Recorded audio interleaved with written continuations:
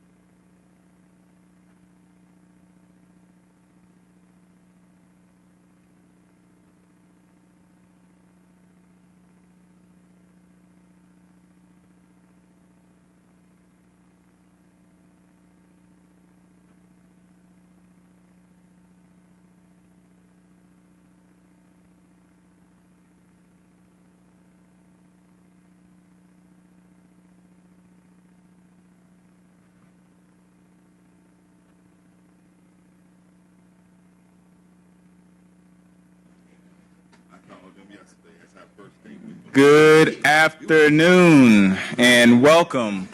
I am Councilmember Jason Dozier. I am the chair of the Community Development and Human Services Committee, and I call this meeting to order. All right, I am joined to my right by Councilmember Jason Winston, Councilmember Byron Amos, and I saw Councilmember Bakhtiari. There she is. And so we have quorum. I'll go ahead and move to adopt the agenda. Can I get a second? Second by Amos. Please open the vote.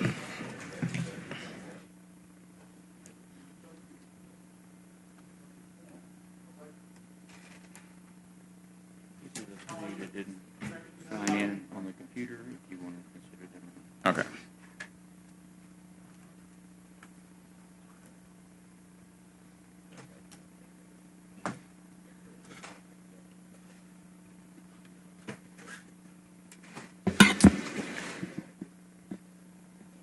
And the vote is closed. It's 4 yeas, 0 nays. All right, thank you. I was showing 3, but thank you for the up. I see it updated now.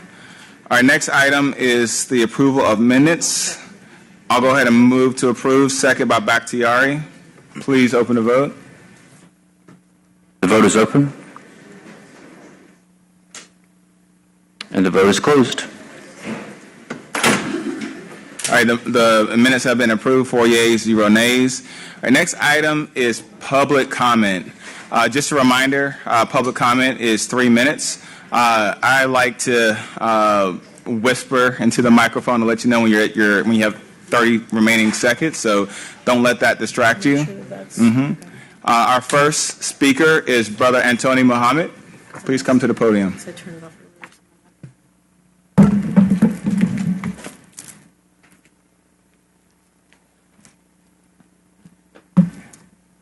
I am that I am. Thankful and appreciative to the Mother Universe, Mama of the Universe, Carbon, Dark Melon.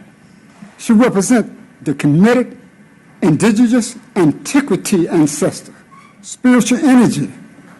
And I call on that energy every day to teach my soul consciousness. I'm not a believer in the Roman Catholic Church religion, no more. In your Bible, from Genesis to Revelation, not one person literally was born from a woman womb canal. I want to thank Mayor Dickinson, since Miss Shirley Franklin administration, Mr. Reed administration. That's 16 years. Miss Keisha Bottom administration, since those persons in people time. Special people time. We had women that were suffering because of gentrification, suffering because of poor maintenance of the department, of watershed. And then people lost their houses, but they didn't want to sell it. They didn't want to move. But Mr. Dixon came up and gave restitution to them. Paul said the mother's spirit, which the father he recognized is for his mental comprehension. But the mother feels your energy, and she represents the water of the earth. But you know, we were hijacked, the daughter earth, were hijacked by the patriarchal society. And now we have not a holistic valuation of humanity. It's half. We are 360 degrees make a whole. And we have to have 180 degrees coming from the Father and the Son, S-U-N, and the mother of the universe and the daughter of the earth need to make another 180 degrees and give us a total of 360. And so that's what Matt Dixon did. He felt the need to do the right thing. Amen. But what are you going to do about the homeless on the street? That's right. You members of this council, what you going to do? You can come up with some resolution to the problem and aiding the people on the street, find ways to help them have access to resources so they won't have to continue if you got the spirit. But if you continue to do what you are, nothing going to get done. But this man stood up, took the stand to help people that did not get help, that looked like most of you on that committee. Mr. Westmoreland, I want to thank you because, you know, I've been arguing about my street out there in Butner Road. This brother have said, and they're working today to pay Butner Road. I thank you as I come. I didn't greet you. Assalamu alaikum. Mayat Mesrat Hotel. Thank you, Brother Muhammad. Our next speaker is Ms. Henry Jordan.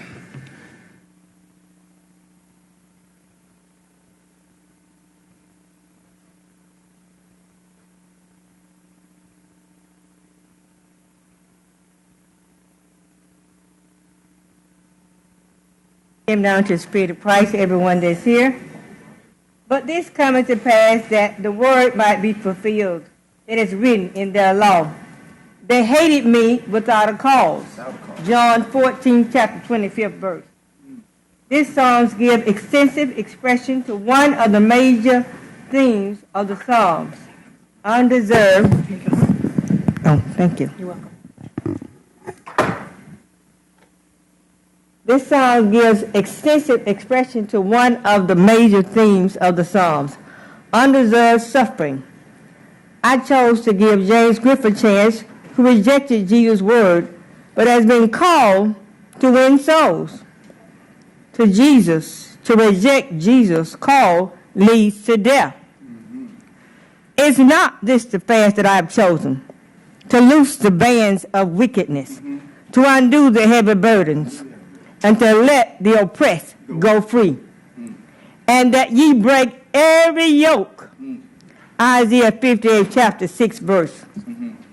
Thus God's fast will loose the bands of wickedness and undo the heavy burdens of those who truly repent. Jesus give me a truly repentant heart for asking to give James Griffith a chance he didn't deserve. In meekness, instructing those that oppose themselves. If God peradventure will give them repentance to the acknowledging of the truth. 2 Timothy 2nd chapter 25th verse. Repentance, G.R. Panoa, lit, change your mind, refers to the conviction that precedes genuine faith in Christ. We need Jesus. He don't need us.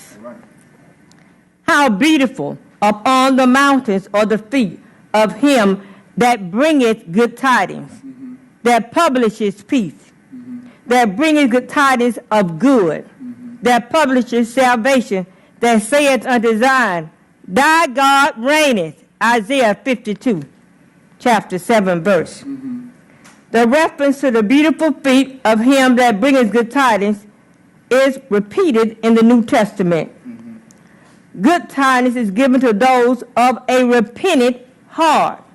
30 seconds. Jesus give us truly a repentant heart to conquer sin in our lives through your power working in us. Amen. If you don't ask for repentance, then comes death and destruction. Christ says to start a church, and those that seek to obey him prayers will receive Jesus' blessings. Christ let you know of your habits that will lead you to destruction. To love thy neighbor as thyself. You ask for death for yourself and others also when you mistreat somebody else. Thank you, Ms. Jordan. Before we move over to our next speaker, I do want to acknowledge we've been joined by Councilmember Matt Westmoreland and Councilmember Dustin Hillis. Our next speaker is Emily. Please come to the podium.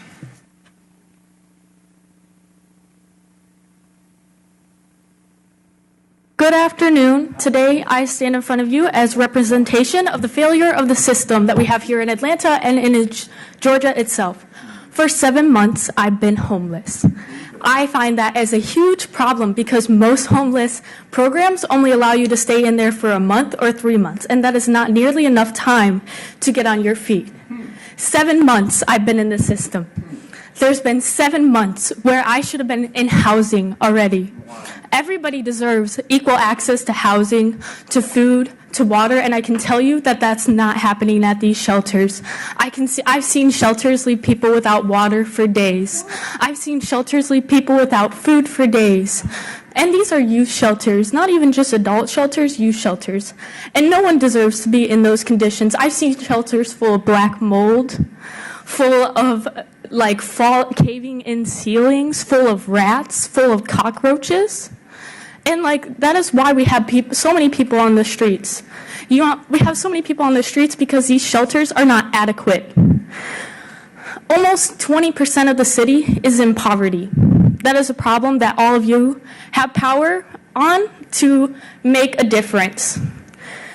We need to not just be supporting homeless, we need to not just be supporting programs that are helping with homelessness, but housing first programs. Those are the programs that are shown to be effective to get people into housing. Everybody deserves housing. We need to make sure that we're not putting our funds into anti-homeless structure and just cameras and stuff like that. We need to be putting it into the people. That's who's most important. That's who comes first. We need to be doing community gardens. That's something that's going to help the whole community as a whole. We need to be we need a citywide minimum wage. The living wage right now is about $18.68, I think. So I say that we need a citywide minimum wage of at least $18 an hour. That is a livable wage. That is not a comfortable wage, but a livable wage. We need to be helping the people. And we're not helping the people right now. There are people on the streets. You know that most people who are in homelessness really come from domestic abuse situations? And we always judge the people. We always go after the people. It's not a people problem. It is 30 seconds. A system problem. What are you going to do to fix the systematic problem? What are you going to do to get people off the streets? What are you going to do to get people into housing? Because everybody deserves housing, everybody deserves food, and everybody deserves water. What are you going to do to end your people of Atlanta's suffering? What are you going to do to get me into housing? I'm tired of being homeless. I can't keep going on like this. It's not fair. You're public servants and you make about $60,000 a year, and there's so many people making way less than you. What are you going to do for your people? Thank you. And as a follow-up, I would love to learn more about the shelters that have deplorable conditions. So if we could get that information from you, I want to follow up with you on that, especially. Our next speaker is Ray. Please come to the podium.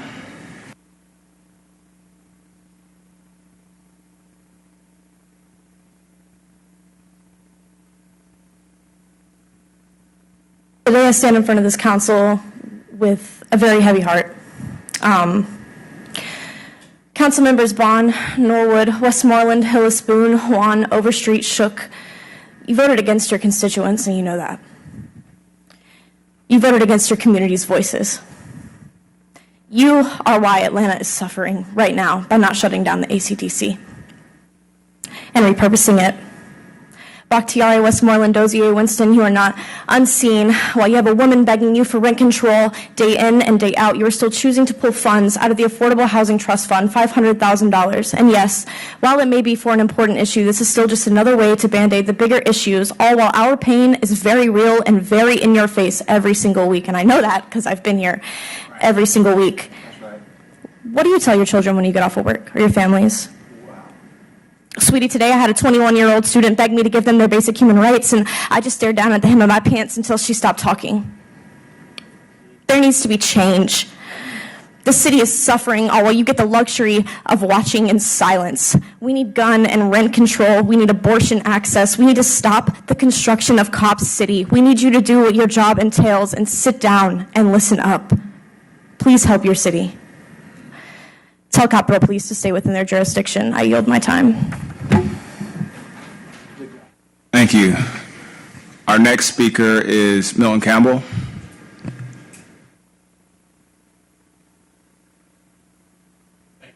And Mr. Campbell, before you begin, I believe, are you having someone yield time to you? Yes, I'm going to be yielding my time here. She's going to be yielding my time to me, about 3 minutes. And ma'am, are you Emily Nichols by chance? Yes. Okay, so I guess we'll put 6 minutes on the board. Go ahead. I want to first thank the council for giving me an opportunity to speak here. I've got to tell you, from Monday night in here, I really admire you as a council for the abuse you take here. I know I couldn't do your job. It's a great thing, but I'm here because of the Diamond Star Club. I'm here because I'm looking to start a legacy. I'm looking to stay in legacy because, I have a daughter, son. The daughter, Maria Campbell, she's a lawyer.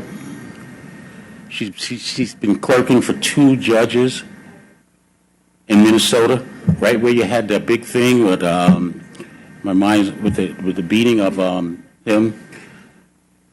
I put together a grant, and you're on the community resurgence team for grants.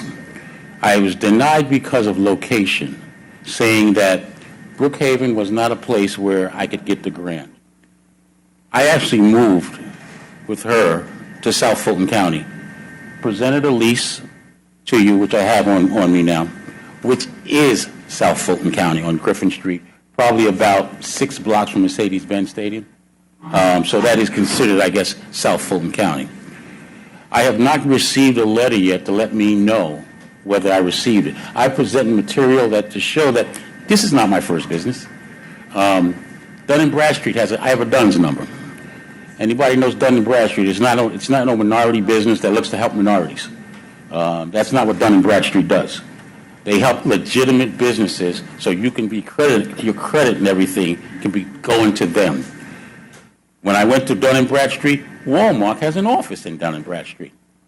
Walmart said, wait a minute, we want your idea. I started my idea because of a situation in Brookhaven, where Brookhaven started something called Crowbar, and they was playing the rap and R&B, and I looked at them and said, I'm coming out of pharmaceutical sales. I owned a pharmaceutical sales company. Now, if you look at television, they'll say, buy your pharmacy products at Walmart, buy your pharmacy products at Kroger's. We'll deliver it to you. We'll do this for you. Because when you take device and pharmacy, this is a $1 trillion business. $1 trillion. Last year, $400 billion is spent in refilling of medication. $600 billion is spent in America every year on devices. Who buys these devices? The people that have the right insurance. Because medications, you have branded companies like the Pfizers, the Glycos, Daiichi Sankyos, and most insurance plans say you have to buy generics.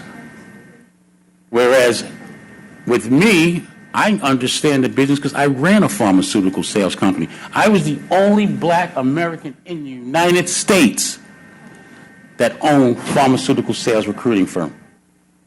The only black American in the United States, which the pharmacy ended because Barack Obama and Hillary Clinton in 2008 said, we got the new plan for health plan, care plan.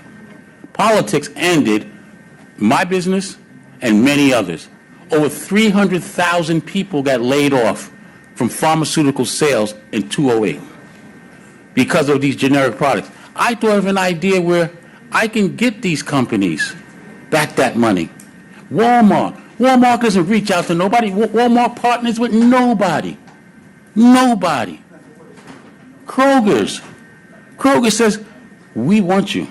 I sent letters to all the people here that's in council. You receive letters, documentation, verifying. Kroger saying, we want you. But I can't get approved. I go on Monday night and I see people get approved for making hamburgers, making this here, making that. As a black man, why can't we think outside the box? Why are we not allowed to think outside the box? Why do we have blacks that look at you like, you're thinking outside the box? You must be crazy. We're only supposed to think about making hot dogs, hamburgers, making a new drink. You're a good black man. You're the kind of black man I want. All you think about is, hey, what if I put this on a hot dog? But if a black man thinks about, I want to be part of $1 trillion, and he's got a kid who was a 4.0 at Apple Valley High School, 4.0 at University of Minnesota, 3.9 grad student, lawyer now, set for 2 white Supreme Court judges in Minnesota. Maria Campbell. Okay? She's going to take over the company. So what, quality blacks? If that ain't quality, what do you call quality? Because I can get up there and go, hey, baby, you look good, what's up, Daisy? I'm fly too, Dave. Oh, he's got swag. What about blacks that got education? What about blacks that say, you know what? It's so bad with my kids, because I preach to my kids that don't have children until you can take care of them. My daughters and them told me last week, Mom, Dad, we ain't finished yet. I want to go to senator. 30 I'm not seconds. having no kids. I got to have a 21-year-old wife now to have kids with to make my own grandkids. That's how bad it is with my kids. So all I'm saying is that, and I point this to you, Mr. Dozier, because you're on the researching team, I would love for you to reach out, let me know what's going on with my grant so I can proceed. If you need extra information about the Diamond Star Club, I will provide that to you. Whatever you need, because you're on that resurgence team, I would like to know how I can reach out to you. Thank you. Thank you, Mr. Campbell. Just a point of clarification, while I do serve on the Invest Atlanta board as part of my chairmanship of the Community Development and Human Services Committee, the Resurgence grant that Invest Atlanta is administering, that is handled through a separate administrative process, so I'm actually not involved in the adjudication of that grant process.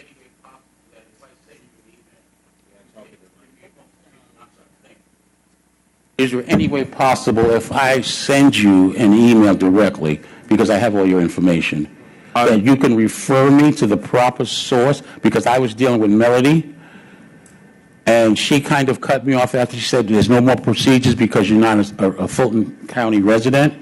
So then I went and moved into Fulton County. I sent her my lease just to make sure. Well, Dr. Clementich with Invest Atlanta is here if you want to say any part of the application process closed May 27th, is that correct? And so you would have had to be what's the word I'm looking for? You would have had to be eligible prior to that date closing. I was eligible for that. I was eligible. The only thing stopping me back was they said, well, we need an education. There was a little confusion when I went and got a P.O. box for Fulton County. And they said that was not going to be it. So then I went and got a lease now for Fulton County. Shoot me a note. We'll follow up. Well, I'll follow up. I would really I want to make sure you get appreciate the that. answers that you need. But my gut tells me that might be part of the challenge, is the timing along with the eligibility period. But we can follow up. I'll move forward with the rest of And the if you could just public direct me to the proper party that I can speak to, so we can just kind of like nullify what might be corrected and what cannot be corrected, I really appreciate that. comment. Understood. Understood. Thank you. All right, our final speaker is Prophet Curtis Hairston.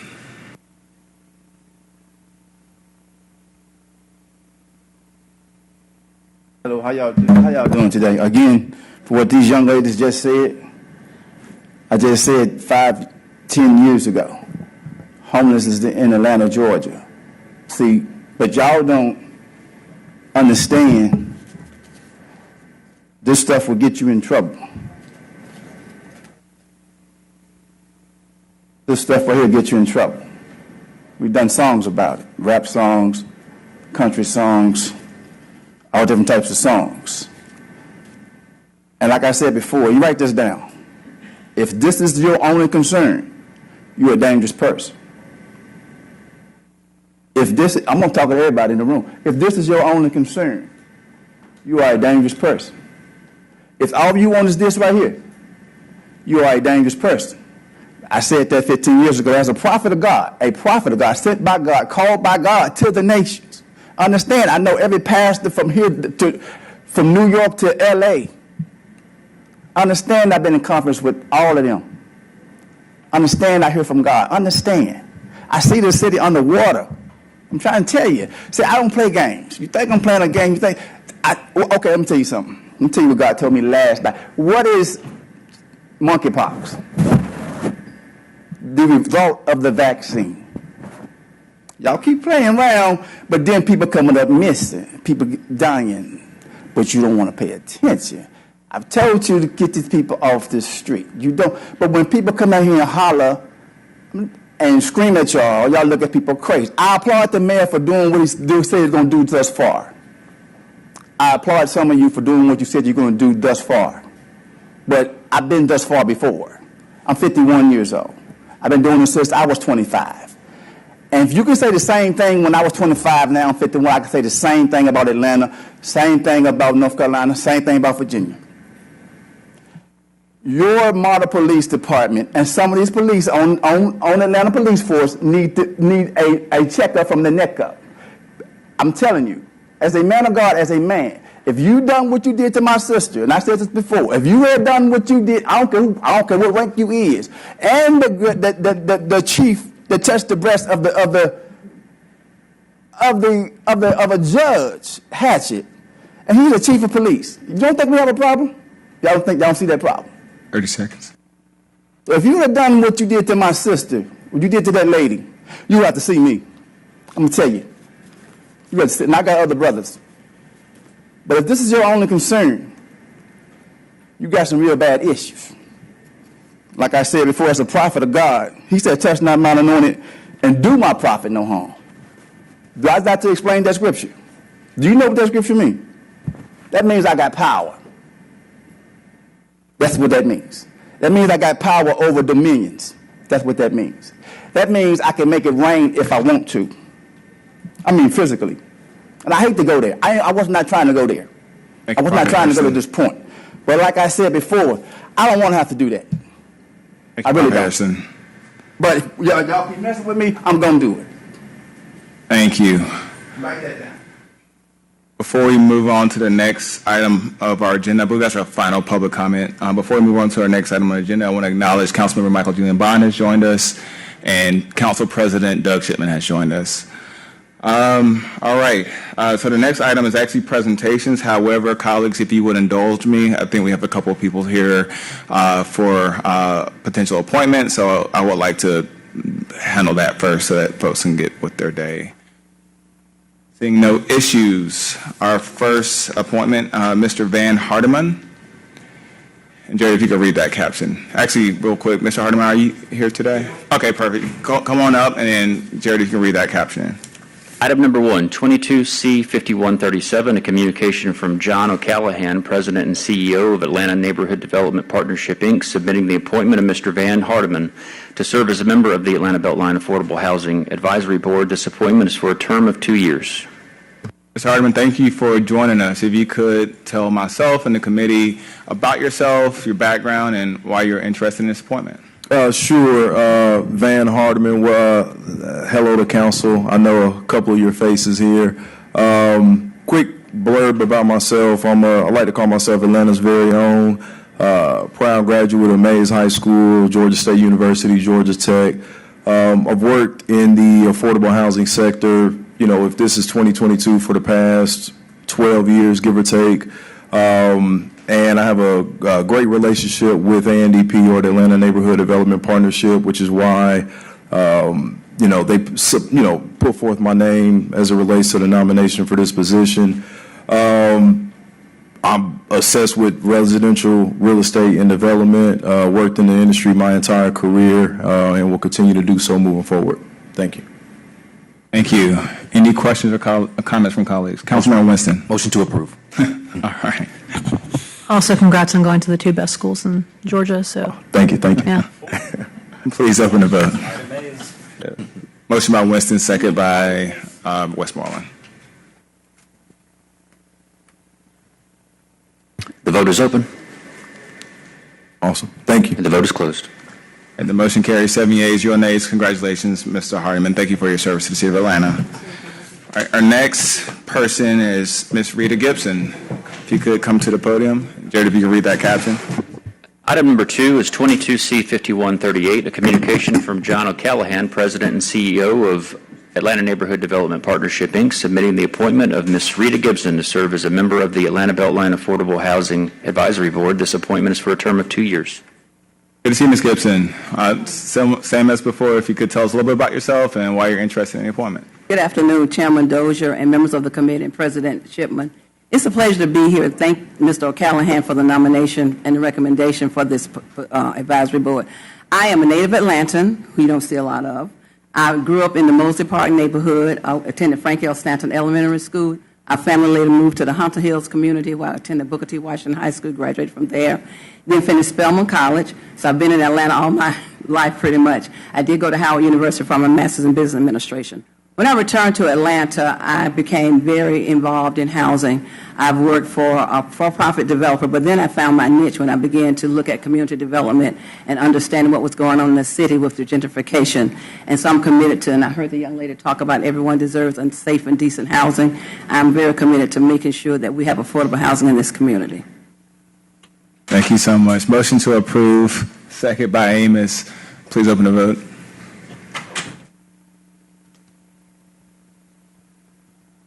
The vote is open.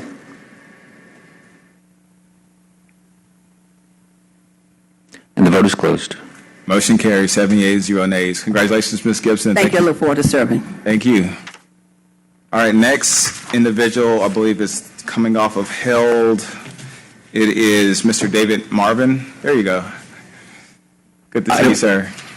Item number 34 is 22C5113, a communication from Council President Doug Shipman reappointing Mr. David Marvin to serve as a member of the Downtown Atlanta Community Improvement District. This appointment is for a term of 4 years to begin retroactively on June 16, 2022, and expire June 15, 2026. Mr. Marvin, if you could tell us about yourself and why you would like to continue your service on the ADID board. Chairman Dozier, members of the committee, President Shipman. It's actually been my honor to serve. I think I've been on the ADID board for at least 4 years before. I'm a little fuzzy on the time, but I guess this is actually a reappointment. I live in Atlanta, have for 30 years, very active in business, particularly downtown Atlanta, active on several boards, other boards downtown Atlanta, and very interested in continuing my service. My area of work is principally hospitality, restaurants, and hotels. We have quite a few downtown that we own and operate. Any questions or comments from colleagues? Motion to approve by Westmoreland, second by Bakhtiari. Please open the vote.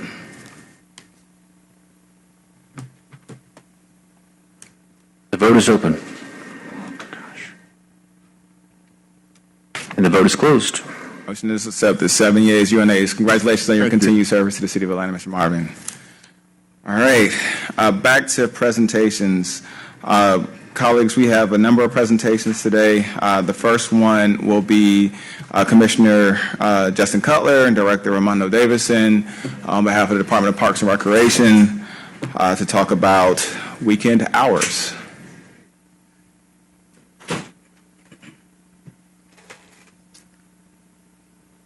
Good afternoon, Chair Dozier, Council Committee members, and President Doug Shipman. I'm here today to speak to a request from this body to address looking at increasing community center hours at several of our community centers. And today we have Mr. Davidson, Director Davidson, here with us to speak to that, and we'll be tag teaming the presentation. So, Director Davidson.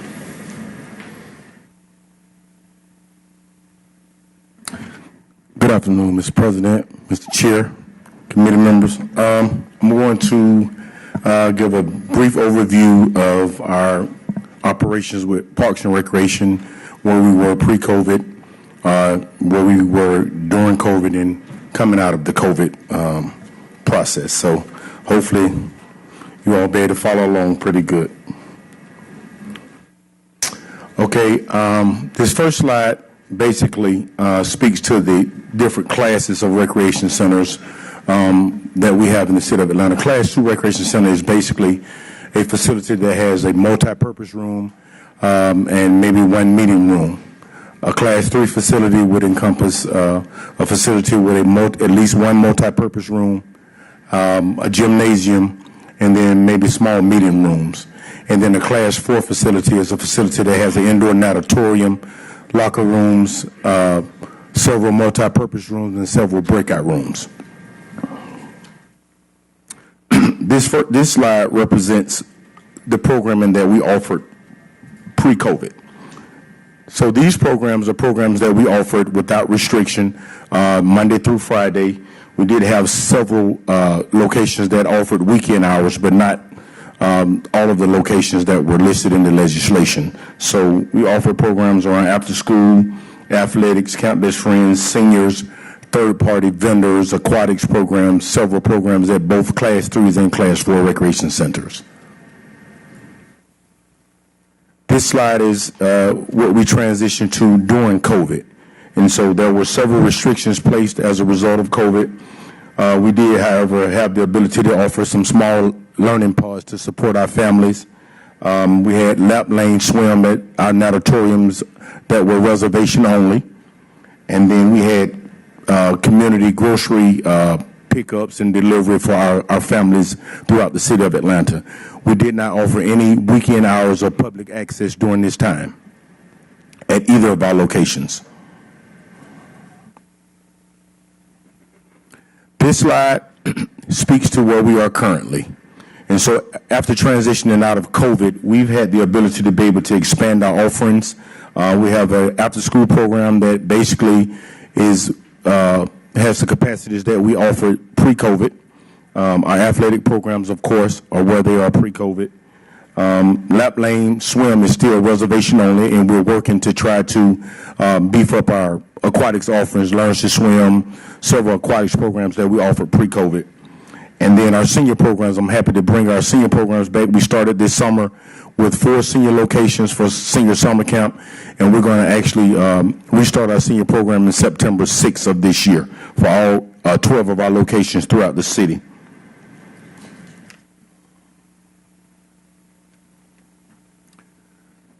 This slide right here talks to what we're purposing to do to try to get back to normal, and we're actually emphasizing our focus on hiring.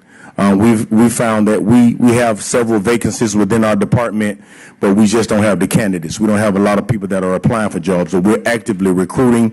We've had several job fairs, things of that nature, to try to encourage people to come and work for the city, but we just haven't gotten the level of candidates that we were looking for. And so I just want to emphasize that we're actively, working to try to get our personnel back where we are. We currently have about 97 vacancies in our department, so that impacts what we can offer and how we can offer it. And now I'll turn it back over to Commissioner.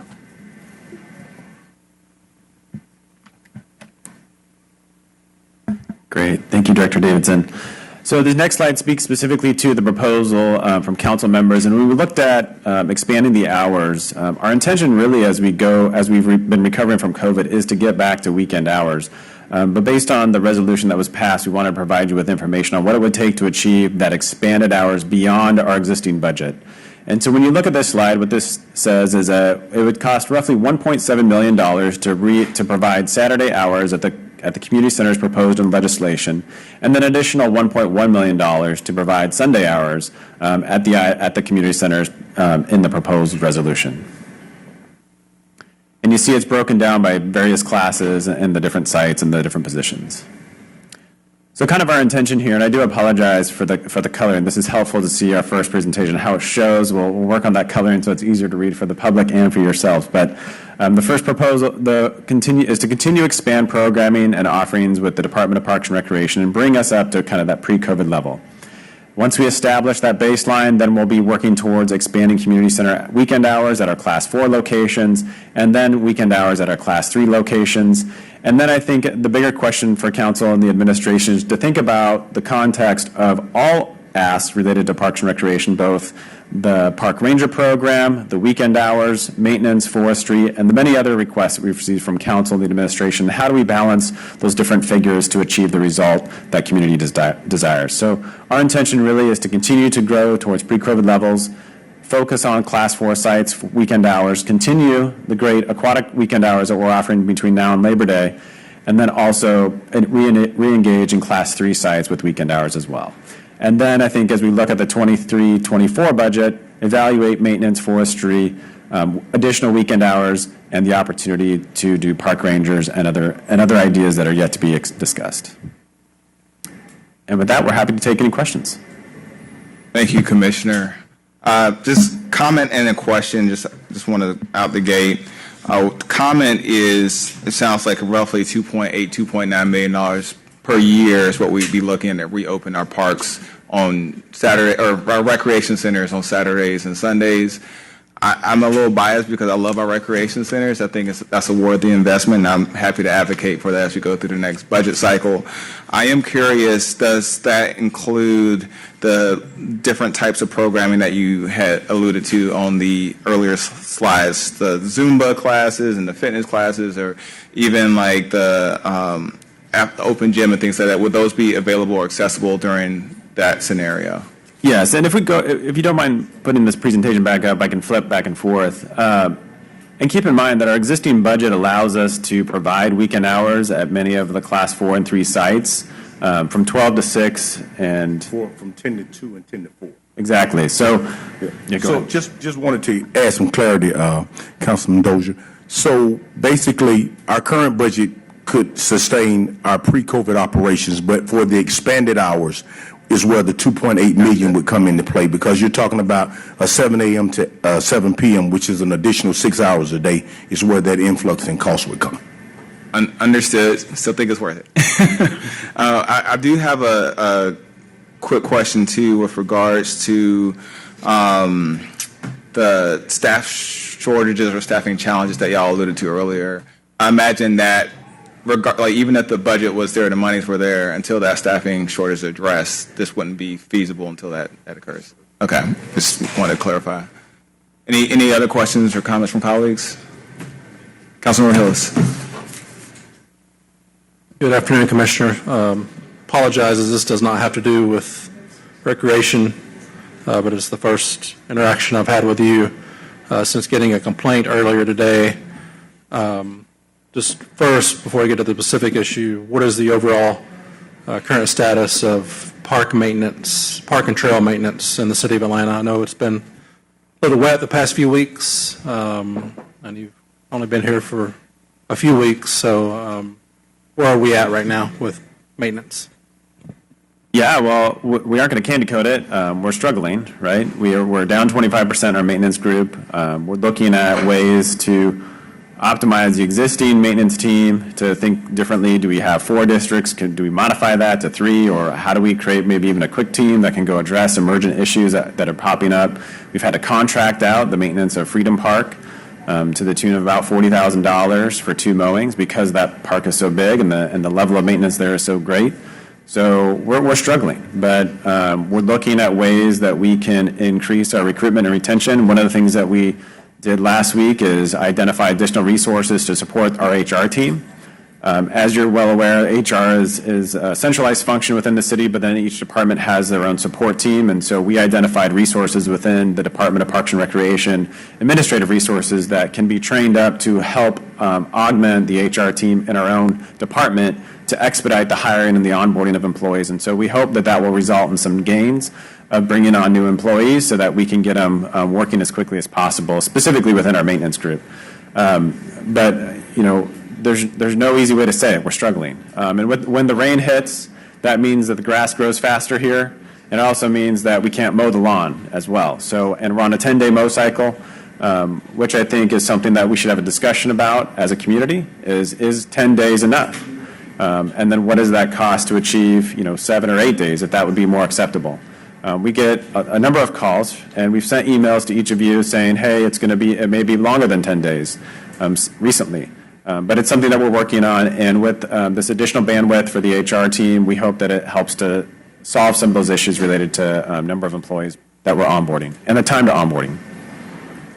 So thank you for that. For some of my specific issue that I was contacted about, it's a systemic issue. It's one that I got last year during the growing season. I actually, it was one of the times I walked the trail myself, talking about the Whetstone Creek Trail, which will soon become the Silver Comet Connector in Atlanta. Parks, again, well before your time, just decided that, a certain portion of the trail didn't need to be maintained anymore, and it was overcome with kudzu and other invasive species. That was mitigated later last year. I walked the trail about a month or so ago, and while you could tell it was somewhat maintained, I mean, they were cutting the right-of-ways like this much on the side of the trail, so all the overgrowth would be as tall as I am, and then it would lean over the trail. So that was a month or so ago, and now I've just gotten a complaint from a constituent that the trail is so overgrown that parts of the trail are blocked. So if we could, please get some, as you said, maybe if it's not DPR staff, if we could get a contractor or someone to address that by week's end, that would be much appreciated. Yeah, thank you, Councilmember. Thank you, Councilmember Hillis. Councilmember Bond. Thank you, Mr. Chair, and thank you, Commissioner and Romano, for your presentation. But my question, like Mr. Hillis, is not related to your presentation. Last council meeting, we passed the agreement that allows a group of contractors to manage police in our parks. Have you all had any conversations or have any update on that, or when we'll be able to see police officers there? Yes, and if you don't mind, I'm going to check my phone because likely somebody's texting me the answer to your question. Is that appropriate? Yes. Okay. It's not, unfortunately. Can you repeat your question, Councilmember? Sorry. Last week, we approved an agreement after a bidding process for a third-party vendor to manage police officers in our parks, the top 20 most used or frequently used parks. Do you have an update of when they'll be on the ground with the police officers? So I don't have that update, but I do know that our police team, the APD, is out patrolling parks. They have a special enforcement, especially looking at our 20 most utilized parks and enforcing curfew, the 11 o'clock closure time, 11 to 6, as well as we have our permit team. We identified 2 additional staff to go around and enforce our permit rules. Typically, we had somebody that on staff from 8:30 to 3:30, Friday, Saturday, Sunday, to really help events set up, get going, and really comply in the beginning. But we didn't have that follow-up, so we didn't know how permittees were doing after usually the hours when things would deteriorate on some level. So we now have a group of people that are on board from 3:30 to 9:30, Saturday and Sunday, to go out and reinforce the park rules, and if they see a violation of those park rules, and they're working with the APD to remedy the situation. But specifically, the officers that we're contracted with for that specific intervention, I don't have an update for you now, but I can get that to you later. Okay, thank you. Yep. And part 2, you sent me an email, a very good email a couple of weeks ago about the Vietnam Veterans Memorial, the response from the National Park Service. it was cut and pasted. Can you send me the unedited version of that email? Yes, we can. Okay. Thank you. How soon will I get it? Hopefully as soon as I get back to my office. Thank you. I appreciate that. I withdraw. Thank you, Councilmember Bond. Any other questions or comments from colleagues? Seeing none, thank you both so much for taking time out of your day to come. Thank you. All right, our next presenter is CEO Eugene Jones with Atlanta Housing. Good to see you, sir. Good afternoon, Commissioner. Good afternoon, Council. Good afternoon, Chair Dozier.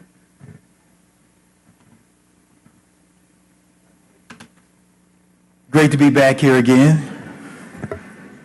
I'll be celebrating my 3rd year here in a couple more months, and it's been fun so far.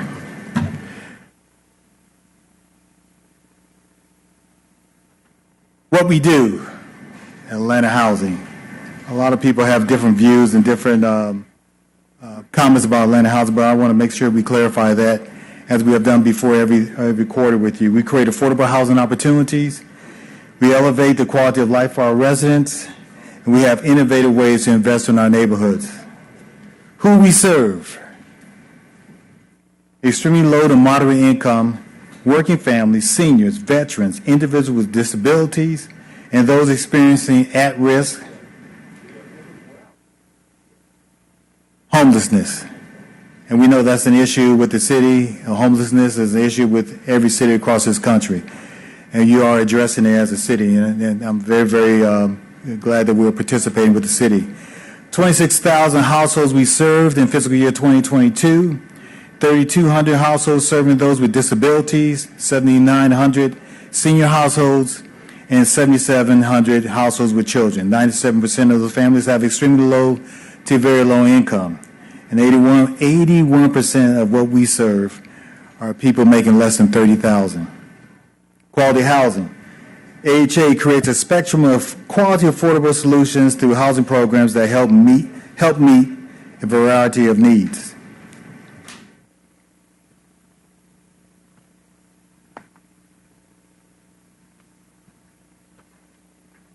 Last time I did this, I was speeding through this, but I want to make sure that I just take my time and really explain this. Housing Choice Voucher Program, which is formerly the Section 8 program. Participant pays no more than 30% of their income toward the monthly rent. AHA pays the balance. So what we do is that these are units that we don't own. These are units that we contract with landlords out there to provide quality housing to those residents. Certified inspection team focuses on tenant and landlord experience and ensures all homes meet our housing quality standards. We provided 356 new units from participating landlords and property owners. 11,000 households we served in fiscal year 2022. As I stated before, the problem that we have here in the city, which other cities here, is that there's no mandate that landlords accept a Section 8 voucher. And the issue is that our people who have Section 8 vouchers who are looking for homes, it's been very difficult, especially for the rents and especially for the quality of the units and especially in location. And so that's an issue that we're trying to work with mobility, also looking at our payment standards, trying to work with individuals, because we have had cases where someone had called back and said that the landlord is charging $20 more than what we were authorized to offer because of HUD regulations and rules. And so we're looking at that on an individual basis and trying to accommodate those individuals to get quality homes in those great neighborhoods around this city. Private property owners reserve a portion of their units to eligible residents through a home flex contract. Formerly project-based rental assistance, PBRA, this long-term affordable option provides subsidies directly to property owners that remains with their unit. Home flex funds are home flex units that we provide to developers who we want to make sure that we provide affordable housing in those developments. And we have a lot of them in this city, and they've been very, very beneficial. And we're going to continue that program based on our allotment of Section 8 vouchers. AHA provides rental assistance to residents living in 6,500 privately owned units kept affordable by home flex contracts. Down payment assistance program provides eligible home buyers with down payment assistance to purchase homes in the city of Atlanta, up to $20,000 for eligible home buyers and up to $25,000 for eligible voucher participants, veterans, and education, healthcare, and public safety professionals.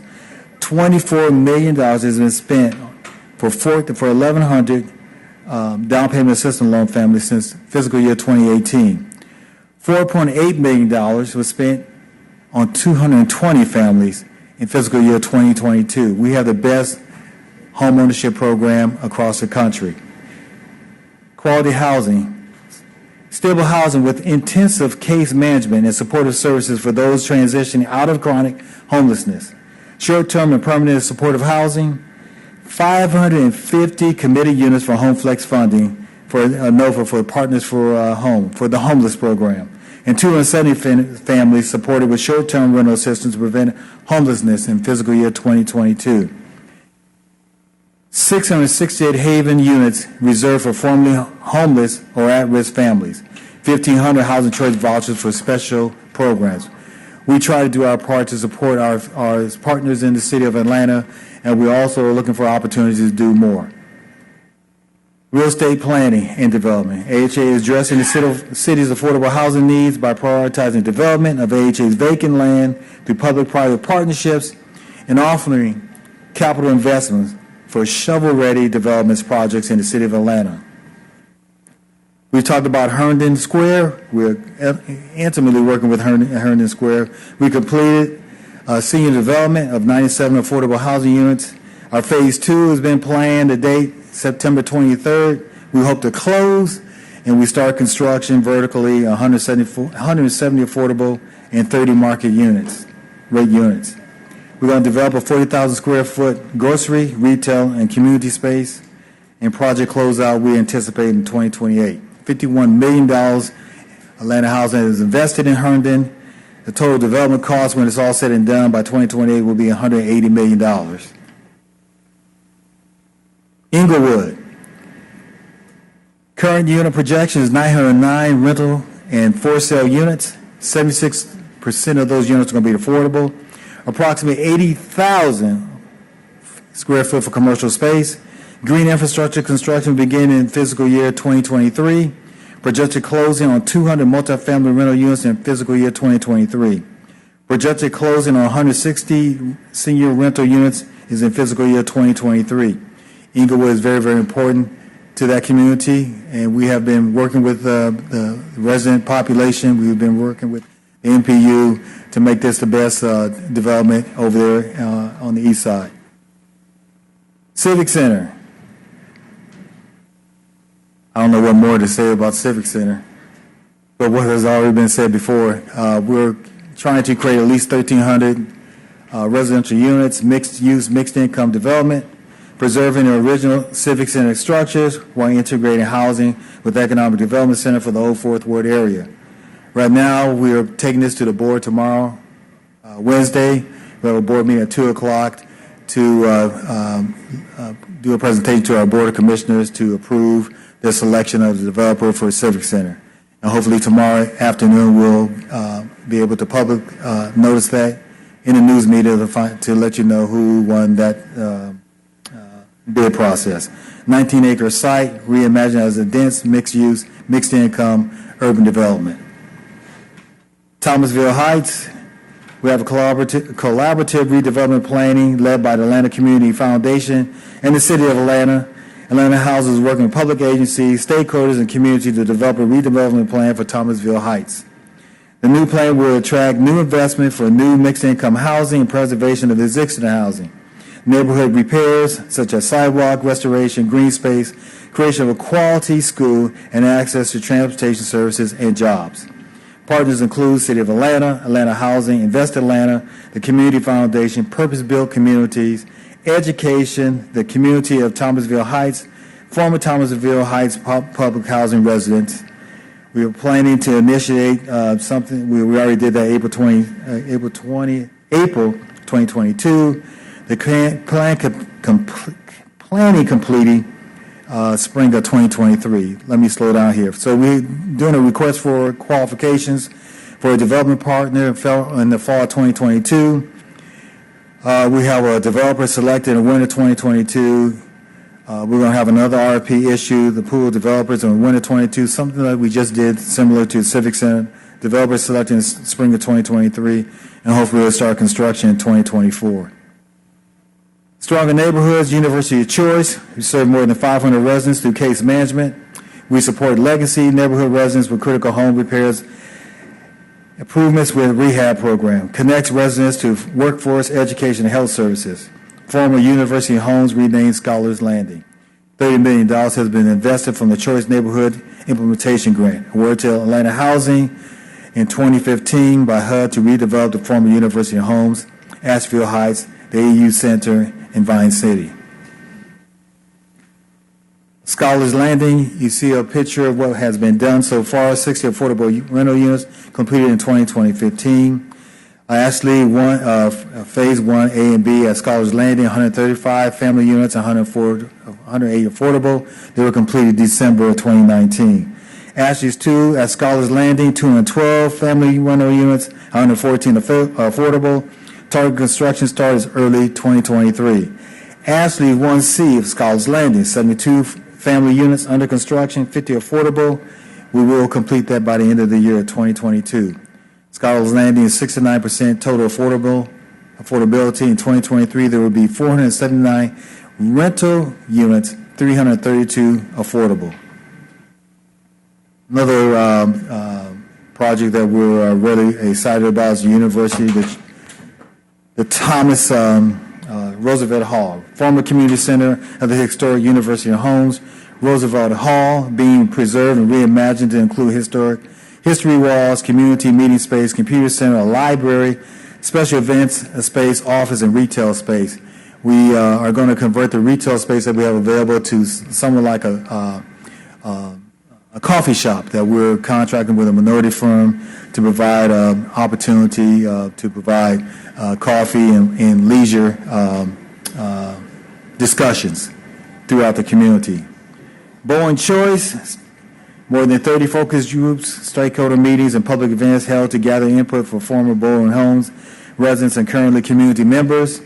Feedback to serve as a framework for the Final Choice Neighborhood Transformation Plan to be submitted December 22 to HUD, U.S. Department of Housing and Urban Development.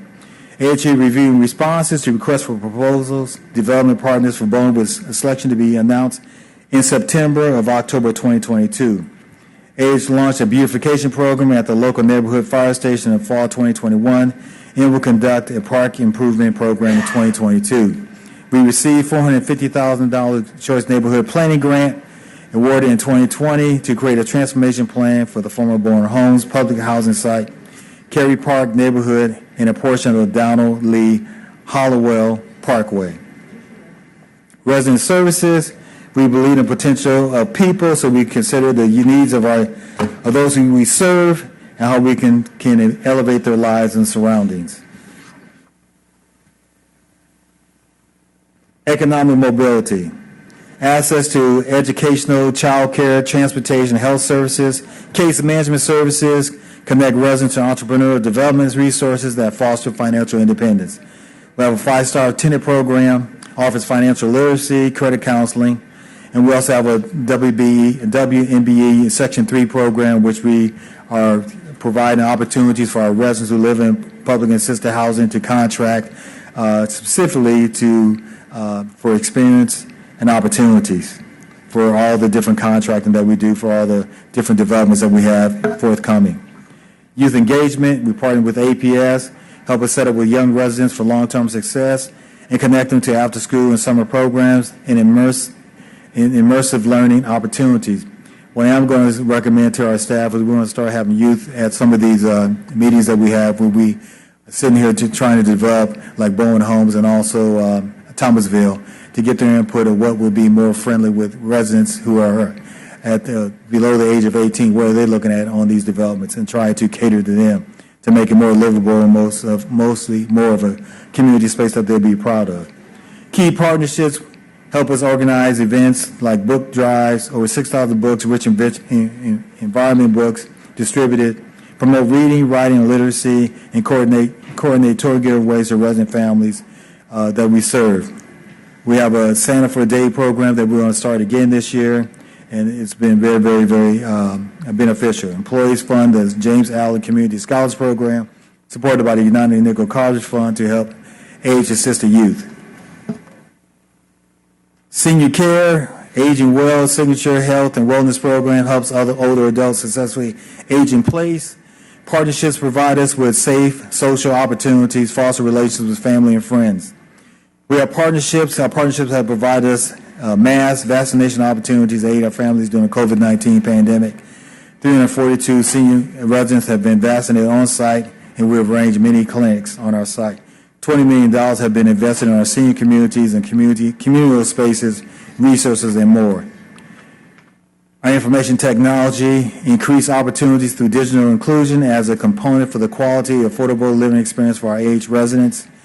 3 prongs: provisions of devices, Wi-Fi connectivity, training and workforce development. Access, that's our innovation. Digital Leadership Academy provides technical skills and access to higher paying jobs. 7 graduates and 7 new job placements form a cohort. Digital Leadership Academy participants receive training encompassing technical skills, professional development, financial literacy. As they progress through the program, participants have access to wraparound services, and upon successful completion of the cohort, will receive assistance with job placements.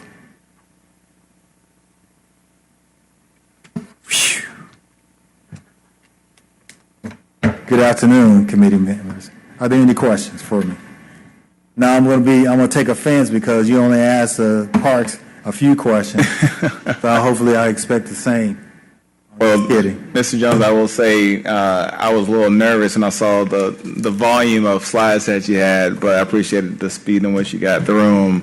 I will start with a couple questions. The first being I appreciate what you shared about Herndon Square with the grocery and the retail component of that. I know we've had these conversations kind of offline, and I've had the same conversation with your staff, but just to kind of re-ask the question, has there been any consideration or conversations around potentially retrofitting existing AH properties or AH developments to add retail? It doesn't have to be a full grocery store, but to add those sorts of amenities so that those communities have access to the amenities that you're bringing to new developments. Just thinking through that many of our low income or moderate income residents have transportation challenges. Sure. It's expensive to own a car in the city, and when you have to have a 2-hour bus ride to get to the grocery store and back or daycare, the more we can bring into those communities, I think the better those communities might be. And I just was curious what those conversations might have been so far, or if that's something that AH. I agree. Well, we're still having those conversations with the communities. I think what we do with Civic Center is going to be a grocery store there. Bowen Homes, also that's going to be all in the package, so we'll make sure that it's more conducive so you don't have to travel 20 miles because of the food desert, that we can provide that kind of service to our residents. The issue is going to be, as you know, having a supermarket or any type of market, the margins are very, very slim. But I think if we work with the communities to invest that, hey, we're putting this here, you have to patronize that so we can make sure that it doesn't go away and that it's going to be beneficial and that's going to pay for itself and it's going to provide the resources, the groceries that you need in order to sustain viability in those communities. Absolutely. And even, I know you mentioned Bowen Homes and Civic Center, but even our existing developments or to retrofit those, is there an opportunity for that? There is opportunity, but I think the most the needed opportunity that I've seen that we talk to residents is mostly food banks, and not just food banks, but mostly what I've learned is that it's not the food banks typically, it's the paper products, paper towels, toilet paper, and how we can fix that. But the spaces that we have are small in the building, but we can looking at an annex and trying to provide some type of co-op opportunity if it comes to a small market that's neighborhood friendly, and not just for our senior developments, that the surrounding community can benefit. Thank you so much for that. And then I guess tangentially related, McDaniel Glen, how soon before we start seeing announcements or community conversations around the future of that development? I recognize that, at least if I remember correctly, folks from your team had met with neighborhood leaders in Mechanicsville about a year ago, sometime early in the pandemic. And now that we're a couple years removed from that, I was curious when we'll start seeing it. I think that's on our radar. I don't have a date specifically, but it should be no later than September and October that we should be sitting down and coming with a plan with that. Okay. And I'm going to remind my staff to make sure, and I'll get back to you and give you specific dates and times. Okay. It may be sooner than that. And just to throw this out there, just tying it back to my first question, as y'all looking at finalizing that redevelopment, opportunities for commercial space in that, I think would be greatly appreciated by the community, more than just, I know your communities that y'all have direct purview over, but also the surrounding neighbors that are part of other affordable developments but don't have limited access to those opportunities. Sure. I agree with you. Thank you. See, Councilman Winston, you go ahead. Thank you, Mr. Chair. Be careful what you ask for. Questions will come. Thank you for your succinct presentation. Enjoyed the overview. We communicate. A lot of your new projects are happening in District 1, and we so much welcome the affordability that's coming to the district, because I'm appreciative of that. Also appreciative to your staff and the level of engagement that they have given specifically to the Inglewood project that's coming to the Chosewood community. You briefly flashed some of the numbers for the Thomasville Heights project that's coming on board, and this is more of just a cautionary tale and just a request that the same level of engagement that you gave to the Chosewood community, please keep that in mind as you work through this project with the Thomasville Heights community. I know that we are fast tracking this because of the affordability needs in the community, but there's also the perception that this is happening so fast that the community is not having the level of engagement that they want. So I just want to make sure that we continue to engage the neighbors that have been there, that have been longing and wanting for development like this for a long time. I'm willing to, be there at the table with you all, but it seems like the Atlanta Housing Authority project is starting to kind of go in a silo where there are plans that seem to be fast tracking as it pertains to the broader development plans that are happening in the community. So just want to make sure that we continue to work together on that. Right. And you bring up a good point. I don't want that misconception that we're trying to push this down someone's throat or anything like that. We're trying to come up with a plan. We're working with the city and so forth. And so we're going to sit down with the community. We're going to do as many meetings that we did in Inglewood and all the other places that we've gone to get their input. And our Board of Commissioners are not going to let us off the hook because they want to see that community input, and we want to make sure that we do that. And also, U.S. Department of Housing and Development is going to demand that also. So we have a whole bunch of checks and balances that we're going to make sure that we adhere to. Again, as I told my staff, if the minimum is 5, we're going to do more than the minimum just to make sure that everyone's inclusive and that we're not going to leave anyone out, but we're going to hear and we're going to put as much as we can put in that plan based on costs and opportunity. Absolutely. I agree with you. Thank you. And I know that this project is part of a broader, community redevelopment plan. So just want to make sure that the various government agencies, partners are all talking as we talk about what that's going to look like, so that this project isn't kind of working, kind of ancillary compared to the rest of them. Good point. I appreciate that. Cohesive. So thank you. And Councilman Winston. Councilman Bond. Thank you, Mr. Chair, and thank you, as always, for your depth presentation that you always make to our committee and the good job that you do over at the Atlanta Housing Authority. But I just have 2 issues today. One goes back to the housing vouchers. I was pleased to have the assistance of your staff in assisting a young man to get a housing voucher who was a former neighbor of mine. But he spent a year trying to find a place to live, and no one would accept his voucher, and I think his voucher has expired. What is a person to do now? I mean, they qualified for it, and I think it's just, a 365 year period that they have to try to find some housing. So what is a person like that, what are their options? Well, I'm glad you brought that up because I just had someone text me the same kind of scenario which you just told me, and I told them to just come back, send me an email, and we'll work with them to try to find them a place.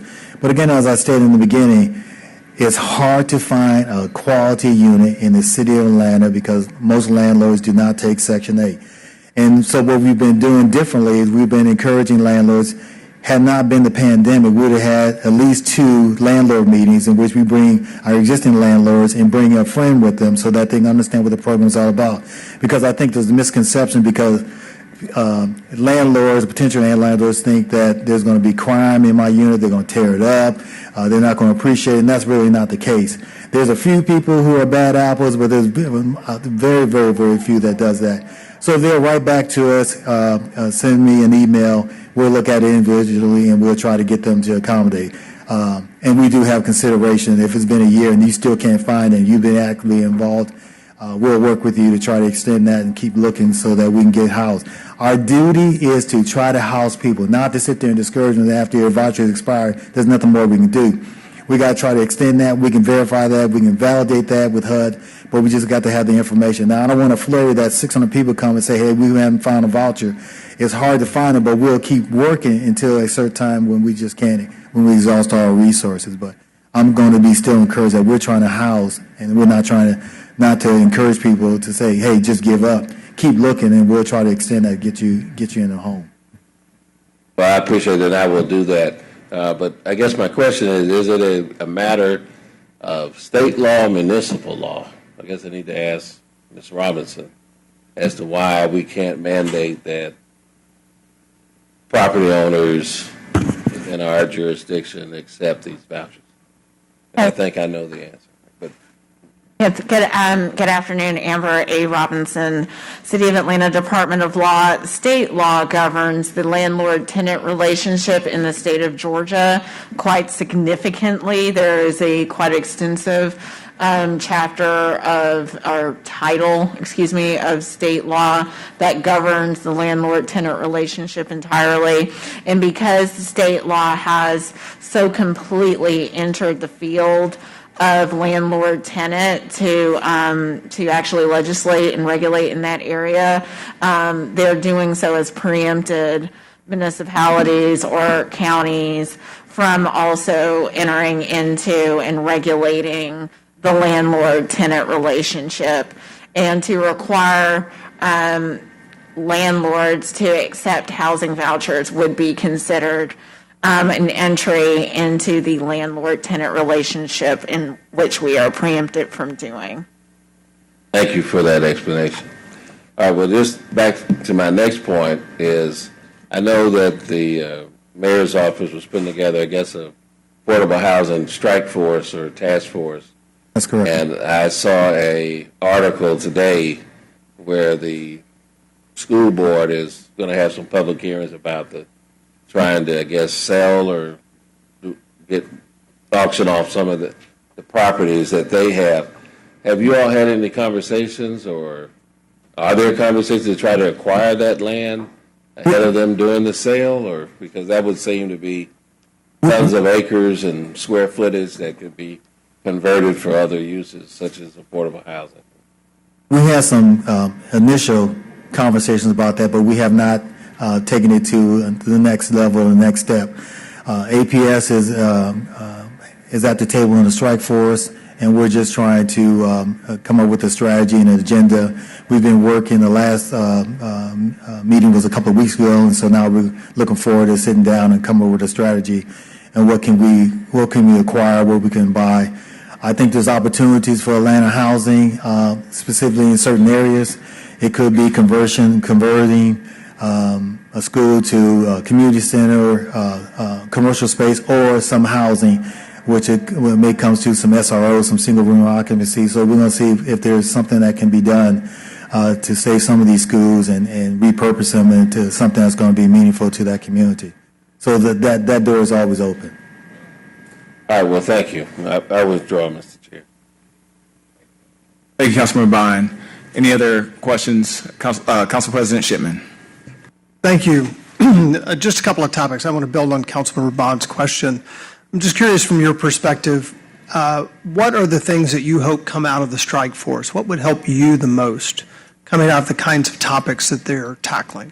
Get to those 20,000 units, provide some affordable housing and provide more, and cut through the red tape, and so that we can get things to fruition. Instead of it taking 24 months, let's see if we can do it between 12 and 16 months to get housing, quality housing in our communities, and convince the surrounding communities and neighborhoods that this is the best thing for the neighborhood to reduce crimes, increase property values, better neighborhoods, and better schools. And one other topic, there's a lot of conversation around transit projects, more MARTA projects, Campbellton Road, Clifton Corridor, Summerhill BRT, Beltline Transit. From your perspective, as you think about where you're trying to go and the properties that you're trying to develop, What are the highest priority areas in which we should be investing in transit from your perspective? Transportation-oriented opportunities. So they'll be closer to what I see here is there's the public transportation is what it is. How can we increase public transportation so it has a need that these our potential residents to seek employment in other areas have been lacking? I know I've talked to a committee in Buckhead and say, hey, Gene, we're trying to look at affordable housing, but we also need an opportunity to bring people to Buckhead, and transportation has been a problem when it comes to parking, as we know, with gas and opportunities. That's what we have to work for, and that's what we're trying to look for now. Something that's close to transportation, a transportation orientation with MARTA, with their infrastructure, and how can we build something closer? I mean, you do it in bigger cities and D.C. and so forth, and I think it can work here. And we do have some of those, but mostly that I've seen around the city has been market and a little bit affordable, but how can we build affordable and these transit-oriented lines so we can provide opportunities for job opportunities, going back to school, and just getting around the city with less congestion. Thank you. Thank you, Mr. Chair. Thank you, Council President Shipman. I think that I need more questions. Just kidding. All right. Thank you so much. I appreciate it, Chairman Dozier. I would like to invite the committee members to come on a tour. Let me tour you the things that we've talked about in this presentation so you can see it. We can talk about the Housing Choice Voucher Program. We can talk about the Home Flex to let you literally see the fruits of the great staff that I have and what they've been doing, showcasing in the city of Atlanta. All right. Thank you so much. And just real quick, I believe there are some people in the audience who have questions for you, so if you can make time to speak with them after, that would be greatly appreciated. Oh, absolutely. Okay. Thank you. Absolutely. Thank you so much. All right. Our next presenter is Mr. Gregory Pace with the Office of Buildings.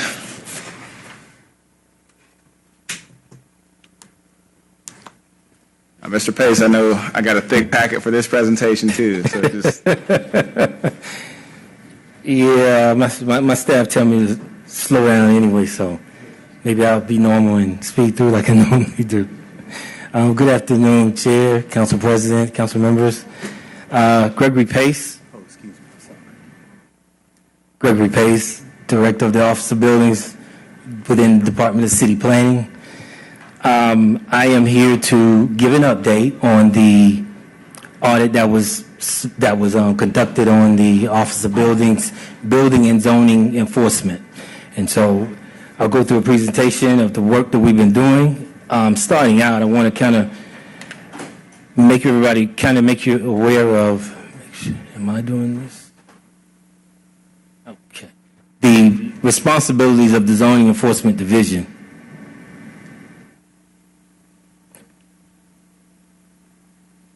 I'm sorry, I'll make sure I work this. Okay, there we go. Outside of just investigating complaints, issuing correction notices, testifying in court for BZA hearings and other hearings, court cases, conducting collaborative enforcement sweeps, being on call after hours as needed, and participating in neighborhood community meetings, they also have to review sign permit applications.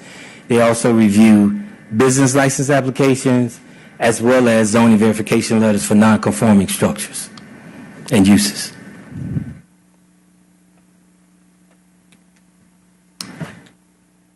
The Zoning Enforcement Division over the years have kind of evolved.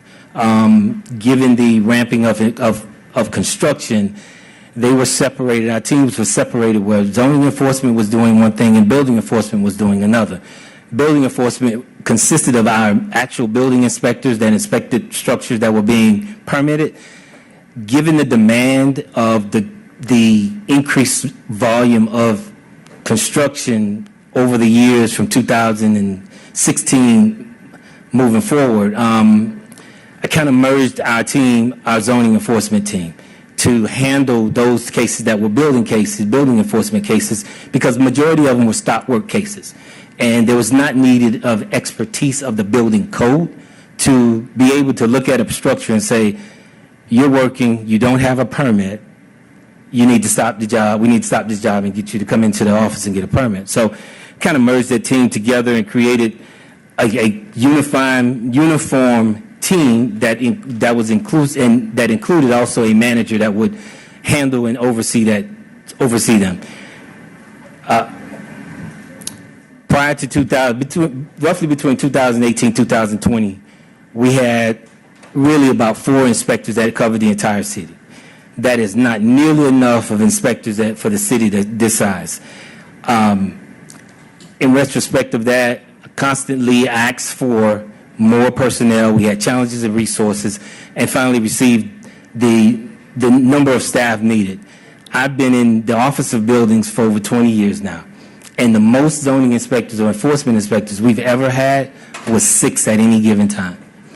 So with that, Commissioner and the Mayor's office granted me the budget, and we were able to acquire more inspectors. As a result of that, we have since hired 15 new zoning inspectors. We hired 3 new zoning enforcement leads, who are the supervisors, and 2 permit technicians to handle administrative functions. We're still pending hiring 5 other zoning inspectors to fill out our staffing, our resources, and 1 other zoning lead, which will be a supervisor. With that number of inspectors, fresh, new, being trained, extensive training is very, very important. The zoning ordinance for the city of Atlanta is like a colorful unicorn. It is very, very different. It's not the same as other areas. It is unique, and it could change anytime council meets. And that's just the honest truth about it. So extensive training is very, very necessary, especially with that number of inspectors that we've gotten. During the audit, the audit came out. What came out of the audit was 14 recommendations. And what I'm going to go over is each one of those recommendations and the improvements that we've made since that came out. That audit was conducted back in FY21, right around the time of the pandemic. And during that time, we were shuffling, of course, trying to work through the pandemic, through COVID, and all other things. But when it was concluded, we looked at the recommendations and decided, and took their recommendations on as a challenge to make sure that we can improve and make our services better. The first recommendation was that the city planning, Commissioner of City Planning, work with the police chief to transfer zoning enforcement over to the Police Code Enforcement Division. Now, we disagreed with this recommendation, and this was, we spoke of this when we first went over the audit.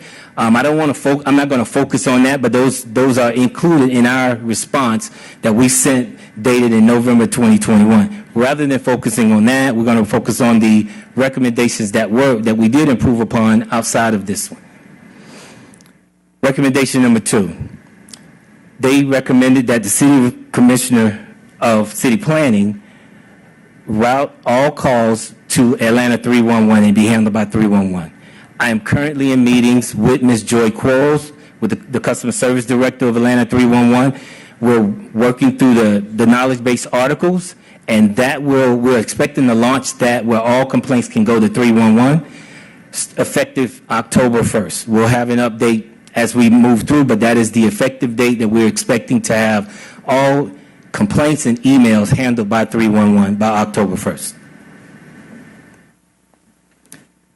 Some of the most common complaints that we receive are dealing with illegal rooming houses, building structures too close to the property line, auto repairs within single-family residential districts or residential districts itself, parking vehicles in required yards, as well as more commonly known now with some of our short-term rentals.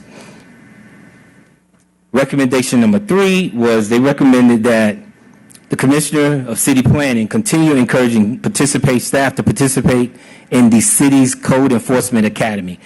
Our staff and the Office of Buildings, Department of City Planning, has not stopped working with the community and has not stopped attending Code Enforcement Academy. We actually have there's a Code Enforcement Academy coming up in September. I think it's September the 10th. We will be a part of that as we have in the past. So That has not been something that we have stopped attending. We will continue to have those. We also have, will be a regular in NPU meetings. We're trying to get that scheduled together because there are a lot of NPU meetings, but we plan on reporting out in NPU meetings as well. In the future, we're looking at starting sometime next month, if not September, the end of September, early October. One of the other things that we have been doing in relation to a lot of enforcement, we created new door hangers. These door hangers are violation door hangers. So if someone is actually in violation and it's not a stop work, we're hanging these on the door as well as issuing correction notices, especially if there's no one there, so that they know, and it's a bright orange and the neighborhood could kind of know that there's been a notice that's been put on that door. So we're actually utilizing those. We created those door hangers and we started utilizing those several months ago. Recommendation number 4, they recommended that city planning update the complaint information in the seller, ensure that all cases are entered and updated. The status of cases. Currently, zoning complaints are entered by the zoning enforcement permit technicians. Those permit technicians were hired as a part of the resources we gained. We have 2 of them. They enter those complaints in within 24 hours, and they also make sure that they're assigned to an inspector, to a supervisor, to give it to an inspector within the required SLAs. Those 2 permit technicians were hired to enter complaints, monitor cases, schedule inspections and re-inspections, as well as send out certified notices, letters, etc.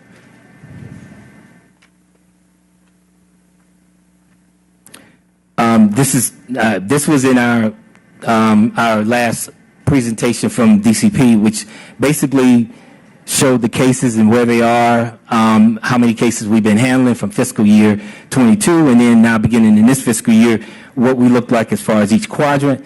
And it's kind of hard to see, but 95% of our cases are being entered within 24 hours and inspected within the SLAs of 3 business days.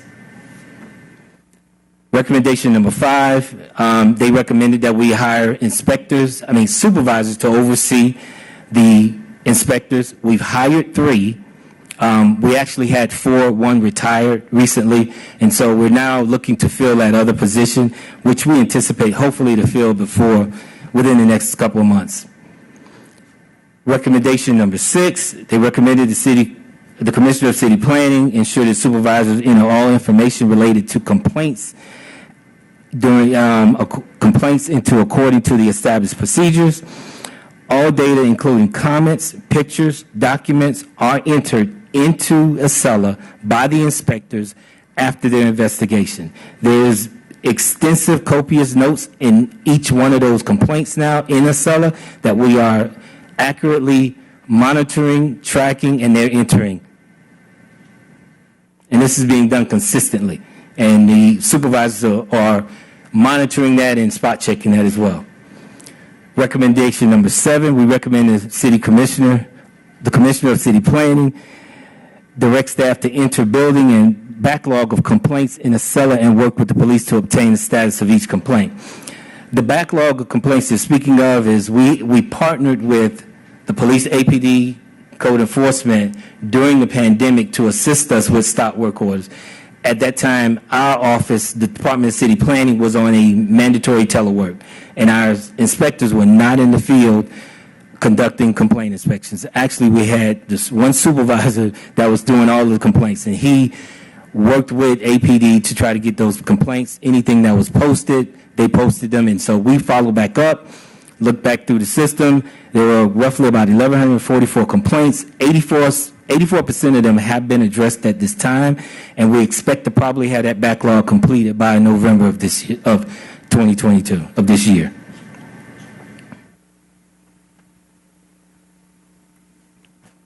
Recommendation number 8, we recommend that the Commissioner of City Planning ensure that the procedures of handling stop work complaints are documented and consistently followed. We have revisited and revised all of our standard operating procedures. Those standard operating procedures are now being followed by the inspectors, and they're also being trained on those. So our stop work procedures are now being followed as a recommendation here, and they're consistently being done as a part of their process. This is being spot checked again by the new supervisors, and this is a part of ongoing training. Recommendation number 9, City Planning Commissioner ensure that all complaints are received through code busters and entered email and are entered in a cellar within 24 hours, consistent with division's procedures.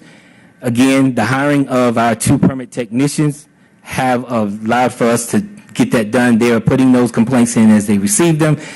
24 hours is the SLA, and we get that done, and that's being done currently at this time. And of course, if you have not seen our little flyer, but that was created, which our inspectors really don't like it. Recommendation number 10, we recommend that the Commissioner of City Planning develop a performance target for resolving customer complaints and track metrics for each step of the process from the time the complaint's received until it is adjudicated for these performance targets. We're still working with the ACEL administrator for this. The ACEL administrator, of course, there's a lot of work that's being done behind the scenes to try to get the workflow corrected. Once the workflow is corrected, we should be able to get this taken care of. Currently, the ACEL administrator has informed me that this should be done by mid-September 2022, which will allow us to easily and much better track and provide performance metrics and targets with all of our complaints. That has been a very, very complex issue. I've had issues with getting those complaints and trying to get those complaints resolved, and being able to report out those complaints as well. So we are working with the ACEL administrator to get that resolved. Once the record workflow is corrected through script writing, we should be able to pull reports much, much easier. Recommendation number 11, we recommend the Commissioner of City Planning ensure that inspectors promptly assign cases to inspectors, supervisor promptly assign inspectors and cases to inspectors within the required 72 hours. This is currently being done. When a valid complaint is received by the zoning enforcement team, it is entered into a cellar database by the permit technicians and then given to the supervisor to assign to an inspector. Inspector has 72 hours to investigate that complaint. Majority of the time, they get there prior to that because we get a lot of complaints, and most of our complaints are always an emergency. So we're usually trying to get out there as quickly as possible to resolve the issue or to investigate it so that we can report back. Recommendation number 12, recommending the Commissioner of City Planning ensure that complaint inspection and closure dates are consistently entered into a cellar. Currently, all complaint inspections are closed automatically based on the workflow when an inspector goes and statuses the case. Now, a lot of cases may remain open because of court proceedings, BZA cases, and things of that nature that can prolong it out. So some cases will not close as quickly as we would like them to. We work feverishly to bring the properties into compliance. We look for, we generally try to work with the violators to get voluntary compliance. That is one of the most important things we want. We don't want a structure that's going to continue to stay there, dilapidated, or become an issue. Recommendation number 13 is that supervisors update procedures and require supervisors to review cases on a spot check basis. We've created a quality assurance form and have started doing quality assurance checks as well. And this is a copy of that form that we conduct. The supervisors take this form, look into some of the cases, spot check them to make sure that the information is in there accurately, they've statused it accurately, and also do spot check inspections on those properties as well to make sure that we're consistent. This is a part of the training that's going on now. Especially with the new inspectors, we definitely have to follow back up with those inspectors to make sure that they're not making mistakes or omitting some things. And the last recommendation that the audit committee wanted us to do was recommend that the Commissioner of City Planning work with the ACEL administrator to reduce inspectors' access in Acela to only those permissions needed to perform their specific functions. Again, we're working with the Acela administrator, that once that workflow is corrected, the script is written, we should have that up and running by mid-September 2022. In saying that, with the recommendations, there were 14 recommendations, one which we did not agree with. Outside of that, there were 3 others that we're working with. One is the Atlanta 311, which should be ready by October 2022, and the other are 2 related to the Acela administrator, which should be ready by mid-September 2022. Other than that, I do want to say we've also, in adding more resources, we also now have extended hours for our inspectors. They work until, I think, 7 p.m., 8 p.m. weekdays, 7 p.m. on weekdays, and on the weekends as well, 8:15 to 5. So we're investigating complaints during that time as well. And I'll turn it over to you for questions. Thank you, Mr. Pace. I guess just first question, you didn't really talk about too much in this presentation, but I do get a lot of questions from my constituents about it. STRs, I know the enforcement date is scheduled for September 6th, at least that's what I'm currently tracking. No, sir. Is there an updated one? What's the new enforcement? It's been extended to December 5th. All right, well. Yes, sir. Duly noted. Yes, we posted it. It was posted on our website yesterday. Okay, so that's a new change then. Yes, it is. It is. Okay, so I'm not going to be mad at myself for missing it then. Okay, I will relay that back to our community members. Can you give us an update then on how things are going with regards to staffing and just overall preparations as we look towards the new enforcement? Yeah, well, part of what we're doing also is working with trying to get a software vendor to provide us with the software to help with that enforcement. Our staffing has been, we have all the staffing to handle the actual applications that are coming in now. We're working through that. The enforcement piece of it, we're working to hire, there's 5 other additional inspectors that we're working to try to hire to ramp us up and be prepared for that. But majority of it, majority of it will be through the software vendor that we acquire, which is kind of going through that process to acquire that. Well, then I guess my question is, so December 2nd is the new enforcement, December 5th is the new enforcement date. The legislation that set us on this path was authorized March of 2021. Correct.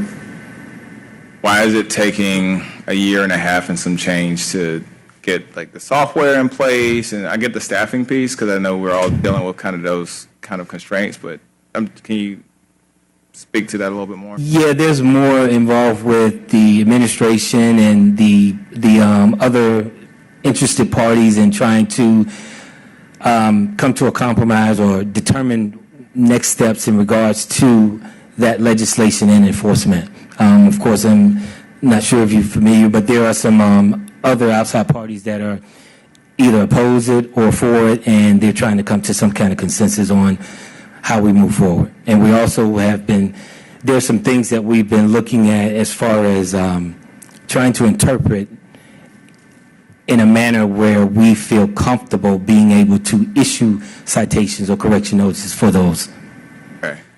And I know I'm going to get more questions about it from constituents. I'm my colleagues will as well. Just the more information that can be shared by your office or by the department would be greatly appreciated by all of us. My other question, I really appreciated the quadrants that you shared with regards to various code enforcement complaints and zoning complaints across the city. I am curious what that looks like by city council district or even by zip code. One of the concerns that I get in talking to community members and activists and folks who operate in this space is just concerns about how our code enforcement entity has been or can be weaponized by folks to try to get certain populations out of our communities for that's the most diplomatic way I can put it. So I'm just curious to see if that shows up in our data, if we see a greater utilization of complaints in certain areas, and if that could be broken down. I appreciated that You had some examples like a car parked in the grass, your fence is too high. Just curious, broken out at that level, and then also if there's any sort of resultant from that, whether it's led to a fine, if it's led to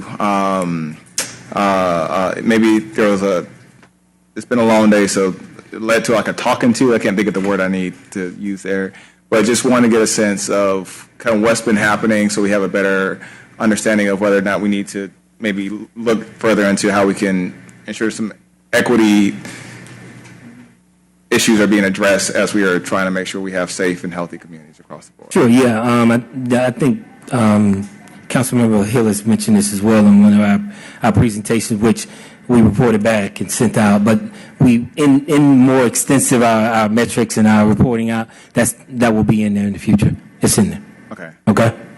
Thank you. No problem. That is my last question. I'll turn it over to Councilmember Hillis. Mr. Chair, thank you, Mr. Pace, for the report. Just one item, and of course, this issue came to not necessarily light because I'd known about it for many years, but kind of a peak during the West Side moratorium, lack of enforcement, and basically we might as well not had a moratorium. So I was glad that our audit got done and had some great recommendations. I know at one time under the previous Commissioner Keene, a lot of stuff wasn't even getting put into Acela. Now it is. However, I think there's still some room for improvement there. Yes. I'm just kind of spot checking. The last complaint I remember putting in was for a house on North Avenue, which also still has a West North Avenue address. But it was basically they filed for a remodel. Knowing very well what they were doing, they demolished the house and built a home probably 2 to 3 times its size in its place. You all have been out there. There are notes in the system. However, at least the public-facing Acela, there are 2 points of where you can go and get information. One is processing status. That was filled in during the initial inspection, and then the other one is where you can look and see either the upcoming or the completed inspections. And even though it appears in the comments that the initial inspection was completed on August 5th, that's still showing as scheduled in Acela with no comments there. And then there's supposed to be a follow-up action on the 19th, and that is also still under upcoming, showing it hasn't been completed, although given the other piece of information, it may very well have been. They have filed for a demolition, and I think the proper permitting. However, this is a very real problem, especially in that area, Grove Park, Center Hill, lots of gentrification taking place. These people know very well what they're doing, so we just don't need to inspect and make them file the proper permits. That's a start. Mm-hmm. They need to be paying fines for what they've done.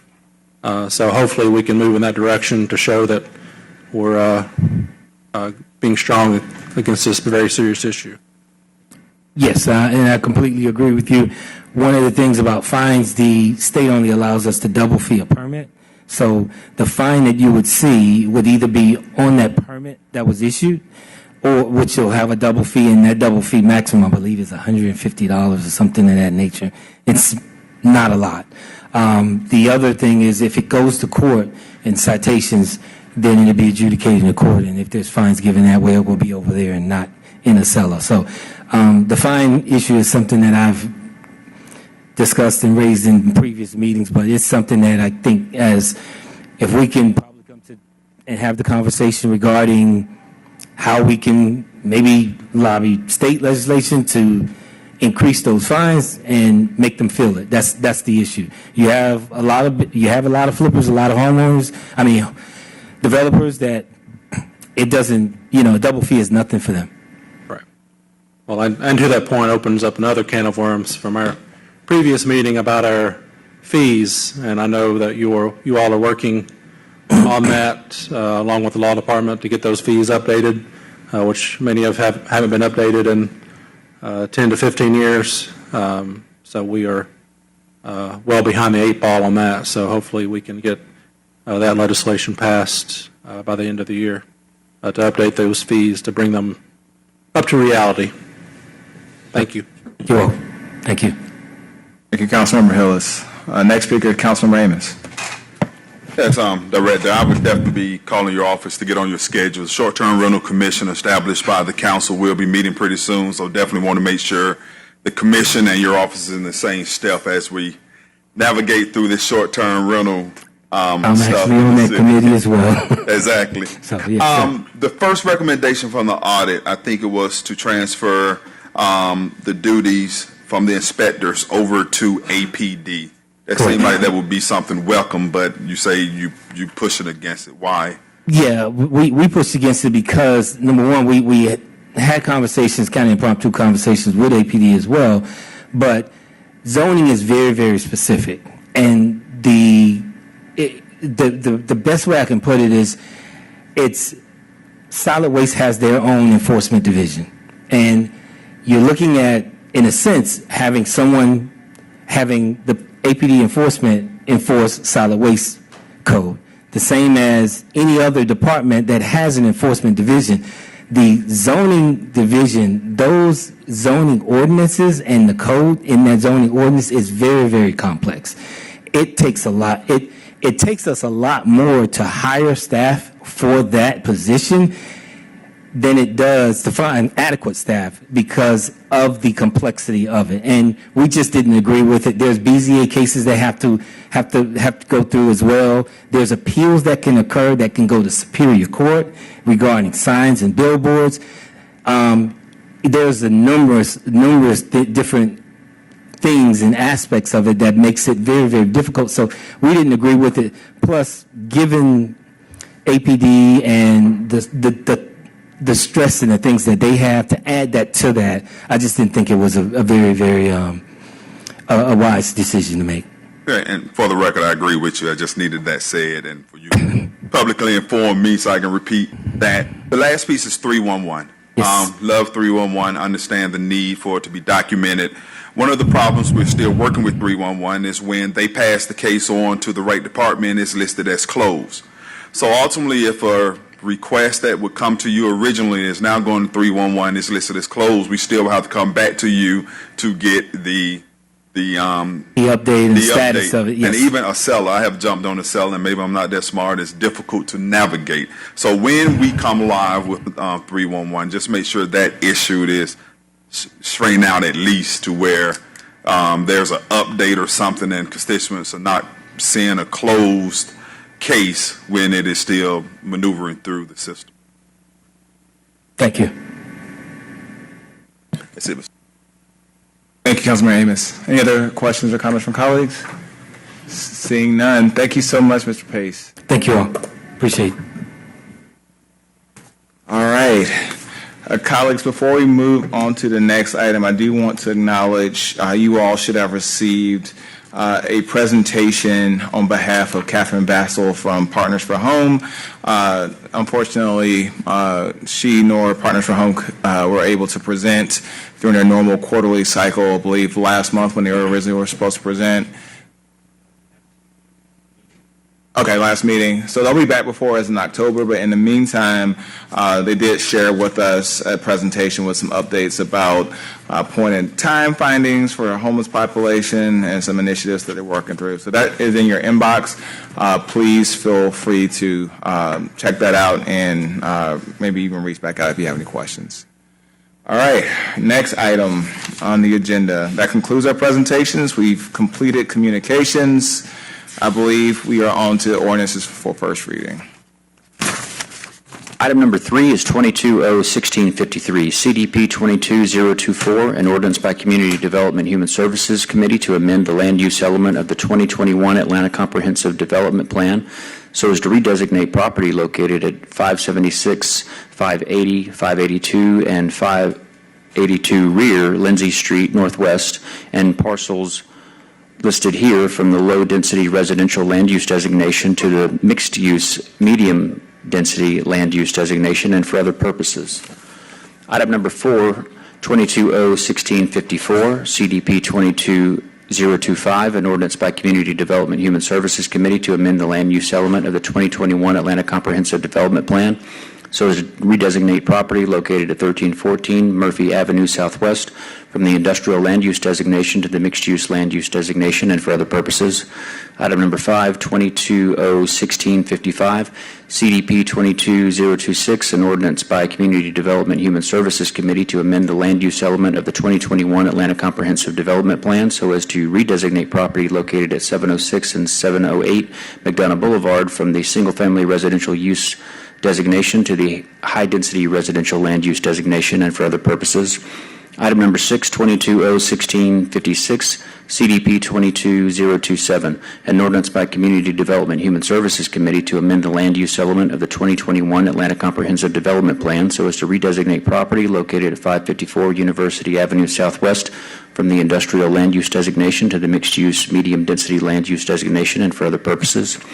Item number 7, 22-0-1657, CDP 22-029, an ordinance by Community Development Human Services Committee to amend the land use element of the 2021 Atlanta Comprehensive Development Plan so as to redesignate property located at 569 Amsterdam Avenue Northeast from the single-family residential land use designation to the low-density residential land use designation and for other purposes.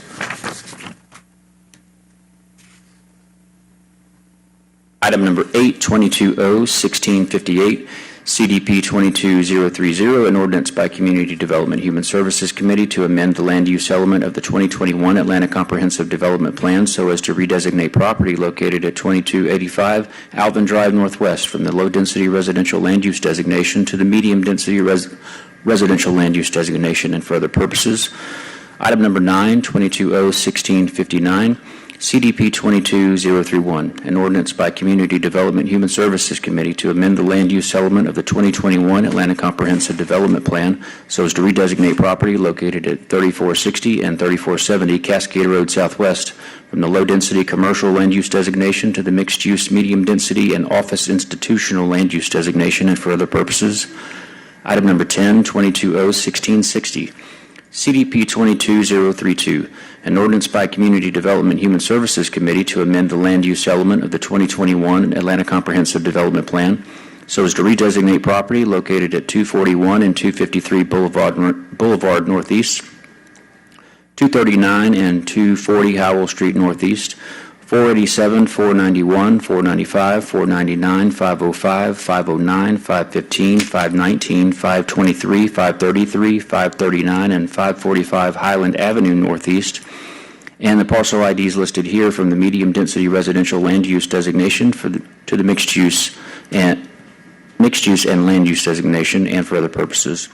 Item number 11 is 22-0-1661, CDP 22-035, an ordinance by Community Development Human Services Committee to amend the land use element of the 2021 Comprehensive Development Plan so as to redesignate property located at 1185 Irish Street Southwest from the single-family residential land use designation to the mixed-use low-density land use designation and for other purposes.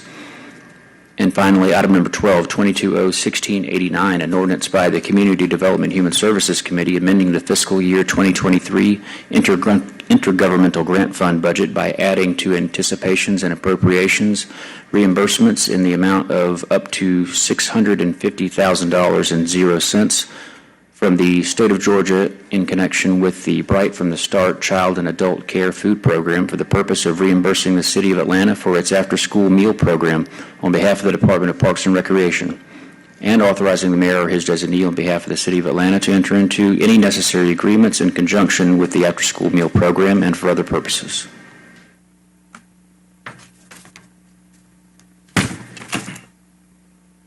All right, thank you. On to items for second reading, or ordinance for second reading.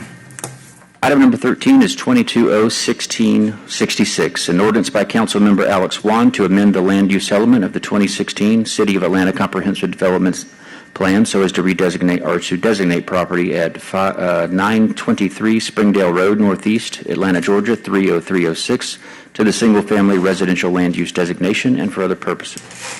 All right, colleagues, I believe the recommendation for this item is to hold, so I'll go ahead and motion to hold. Can I get a second?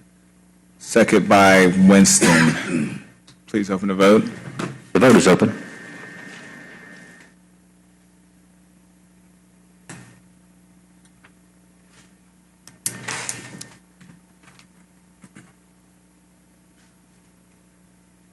And the vote is closed. All right, the motion to hold is favorable, 6 yeas, 0 nays. Next item. Item number 14 is 22-0-1669, an ordinance by Councilmember Michael Julian Bond authorizing the Chief Financial Officer to provide funding from the Affordable Housing Trust Fund to the Fulton County City of Atlanta Land Bank Authority, Inc., in a total amount not to exceed $400,000.00 for the public purpose of returning property to an effective utilization status in order to provide affordable housing opportunities and to authorize the Chief Financial Officer or his designee to make all payments from the accounts listed herein and for other purposes. There is a substitute in your packet. I'll move to bring forth the substitute. Second by Westmoreland. Please open the vote. The vote is open.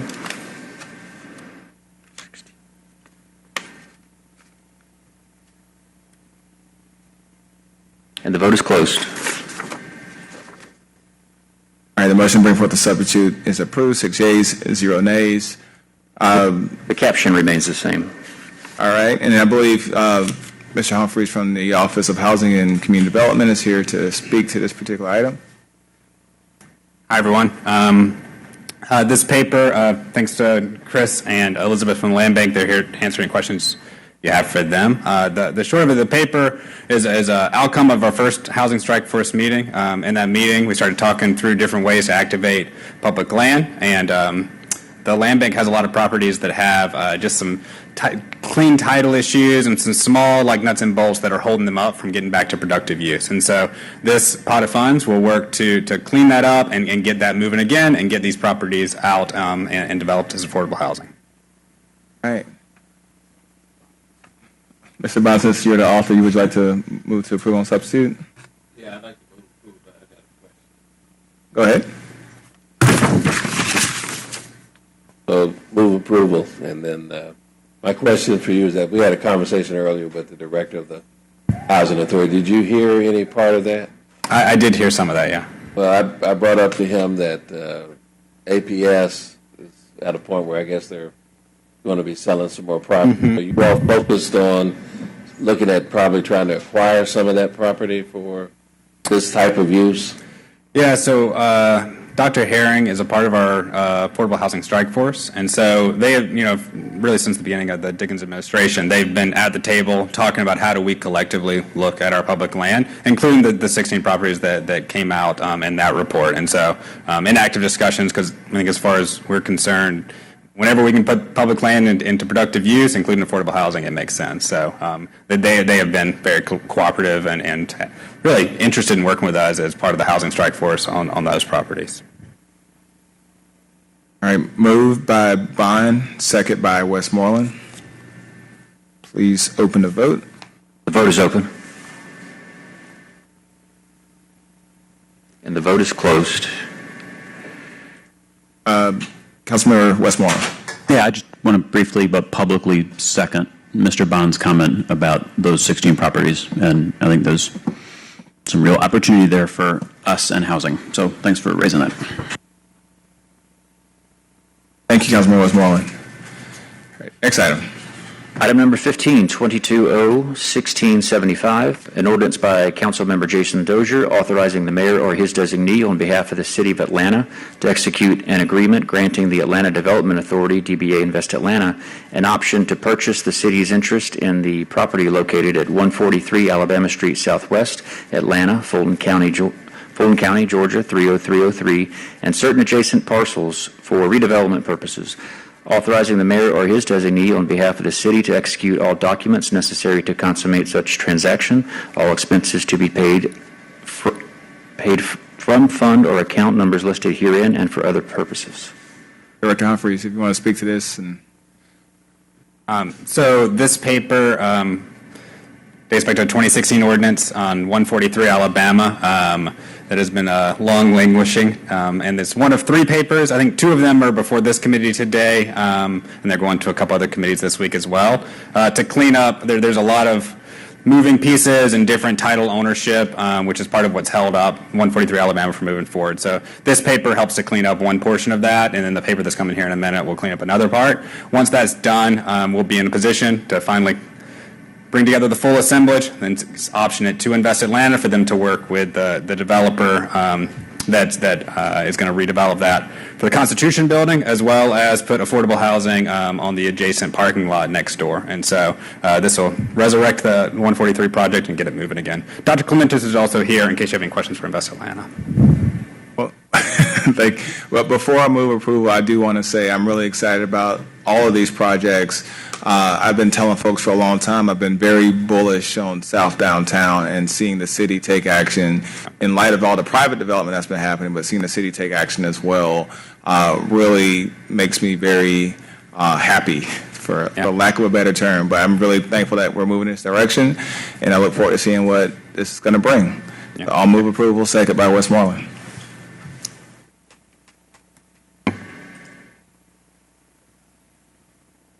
The vote is open.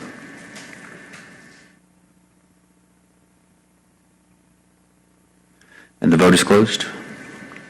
Motion is favorable, 6 yeas, 0 nays. Next item. That item is dual referred, and it will go to the Finance Executive Committee next. Okay, thank you. Item number 16 is 22-0-1676, an ordinance by Councilmember Jason Dozier authorizing the mayor on behalf of the City of Atlanta to execute an agreement granting the Atlanta Development Authority, DBA Invest Atlanta, an option to purchase the city-owned property located at 184 Forsyth Avenue Southwest, Atlanta, Fulton County, Georgia 30303. Authorizing the mayor or his designee on behalf of the city to execute all documents necessary to consummate such transaction, all expenses to be paid from fund or account numbers listed herein and for other purposes. All right, for this one, I believe there's a request to hold, and so I'm going to go ahead and motion to hold. Second by Winston. Please open the vote. The vote is open.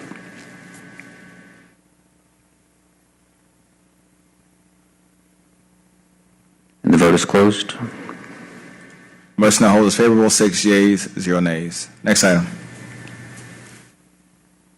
Item number 17, 22-0-1678, an ordinance by Councilmember Dustin Hillis authorizing the mayor or his designee to execute a quitclaim deed conveying the city's interest in the 4 properties located at the corner of Westlake Avenue Northwest and North Avenue Northwest in an amount not to exceed $1.00 to the Metro Atlanta Land Bank Authority and for the public purpose of returning property to an effective utilization status in order to provide affordable housing in the Grove Park neighborhood and for other purposes. There's a substitute in your caption, which is going to alter the caption just a bit. On motion to bring forth the substitute, second by Hillis. Please open the vote. The vote is open. And the vote is closed. Motion to bring forth the substitute carries 6 yeas, 0 nays. The new caption will be an ordinance authorizing the mayor or his designee to execute a quitclaim deed conveying the city's interest in the 4 properties located at the corner of Westlake Avenue Northwest and North Avenue Northwest in an amount not to exceed $1 to the Fulton County City of Atlanta Land Bank Authority, Inc., for the public purpose of returning property to an effective utilization status in order to provide affordable housing in the Grove Park neighborhood and for other purposes. Motion to approve on substitute by Hillis, second by Westmoreland. Any discussion? Seeing none, please open the vote. The vote is open.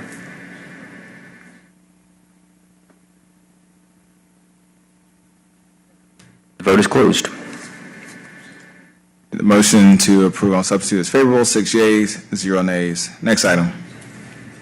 Item number 18, 22R4176, a resolution by council members Michael Julian Bond, Matt Westmoreland, Keisha Sean Waits, Jason Winston, Amir Faroki, Jason Dozier, Liliana Bakhtiari, Alex Wan, Howard Shook, Mary Norwood, Dustin Hillis, Andrea L. Boone, Marcy Collier Overstreet, and Antonio Lewis, requesting the mayor or his designee initiate a study to examine the potential of expanding the Summer Youth Employment Program as a year-round City of Atlanta youth employment program that will provide employment, mentoring, and volunteer opportunities for students in partnership with local businesses, youth organizations, and the Atlanta Public Schools, and for other purposes. Councilmember Bond, do you want to speak to this? Thank you, Mr. Chair. Well, the caption's kind of self-explanatory. We were looking for opportunities, particularly in light of the phenomenon of water boys and trying to find a role for young people in our city that's positive and rewarding. I hearken back to an ancient memory of mine. When I was in high school in the early 80s, APS had a work program for its students where students would go half a day, and at the balance of the day they'd go to a place of employment, they'd go to a job. There's an article, I believe, in the supporter report actually today talking about the downtown high school that now their name is evading me. Cristo Ray, because my nephew graduated from there 2 years ago. He's now up at Cornell, where they have work associated programs with the school that are extremely positive.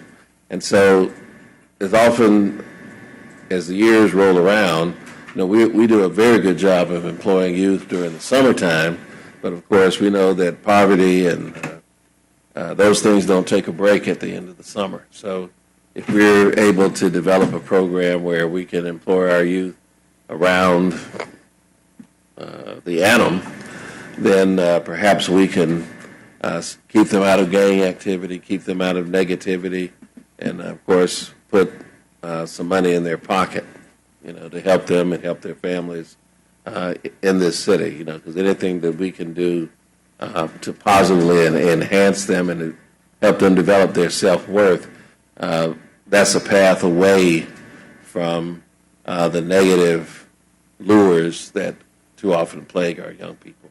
So that was a long explanation, but just like to move approval and appreciate everybody who signed on. Thank you. I'll second. Please open the vote. The vote is open. The vote is closed. All right, the motion carries. 6 yeas, 0 nays. Next item. Item number 19, 22R4185, a resolution by Council Member Andrea L. Boone urging the United States Congress to adopt the Medicare for All Act of 2021 and for other purposes. This item is a dual referred item that will go to FEC after this committee acts. I think we had a couple questions on this one. Did Councilmember Boone reach back out? Recognizing that it's dual referred, I'm actually going to make a motion to hold, and we can reconvene on this particular one when we come back. Second by Westmoreland. The vote is open. Councilmember Bond. Well, before we put it away, can we just check and see perhaps if she's in her office or on the hall back there? Maybe she wants to come in.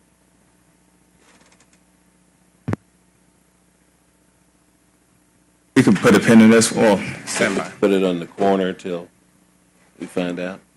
I think Council President, we can come back to this piece and move towards the next resolution. Thank you.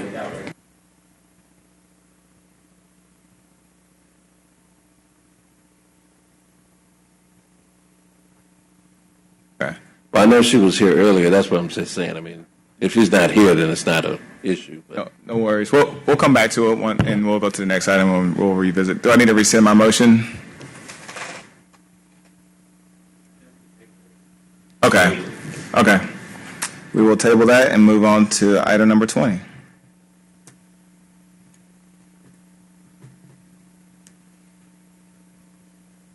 Okay. I guess I should have waited an extra 10 seconds. We can go ahead and continue with that motion then and just get that out the way.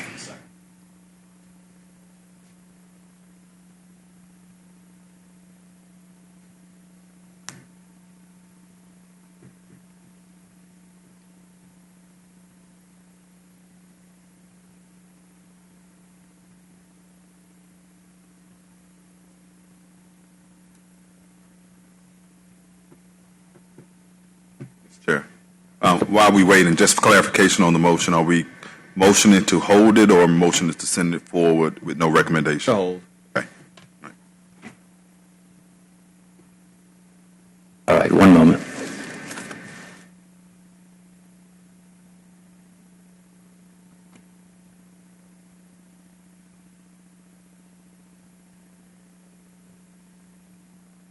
All right, the vote is open.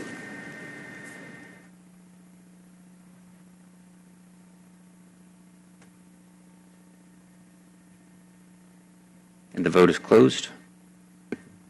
And the motion to hold is favorable, 6 yeas, 0 nays. Next item.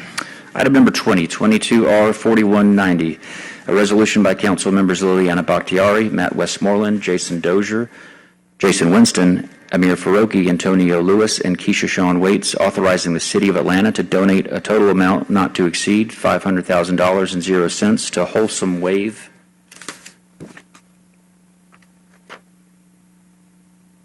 Georgia, pursuant to Section 6-306 of the City of Atlanta's Charter in support of its program to combat food insecurity in underserved communities, authorizing the mayor or his designee to enter into any necessary agreements to effectuate the donation, and authorizing the chief financial officer or his designee to make all payments from the accounts listed herein and for other purposes.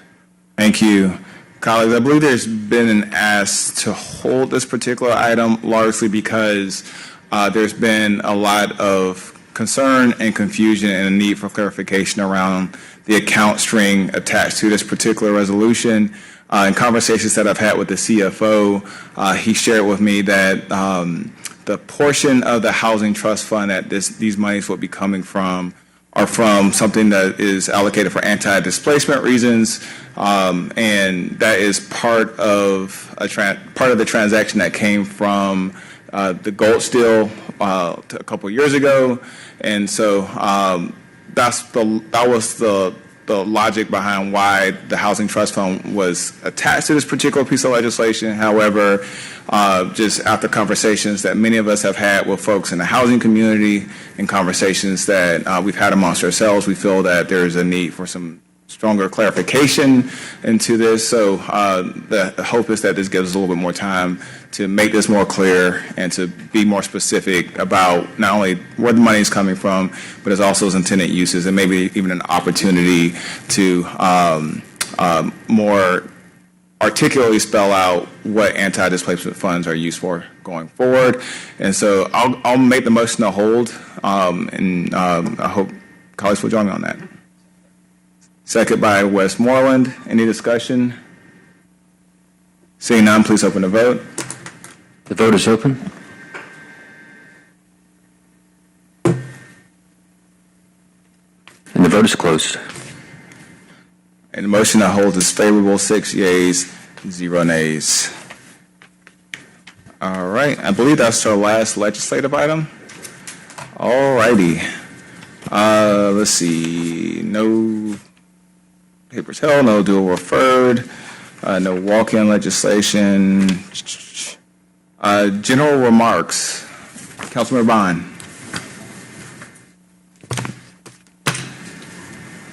And to extend the subject matter on food insecurity, this week's HelloFresh is at the Concerned Black Clergy headquarters at 1583 West Haven Drive, 30311. That's tomorrow, August the 24th at 3 p.m. We're partnering, of course, with Second Helpings Atlanta and Pratt Industries and several others to provide about 8,000 meals a week.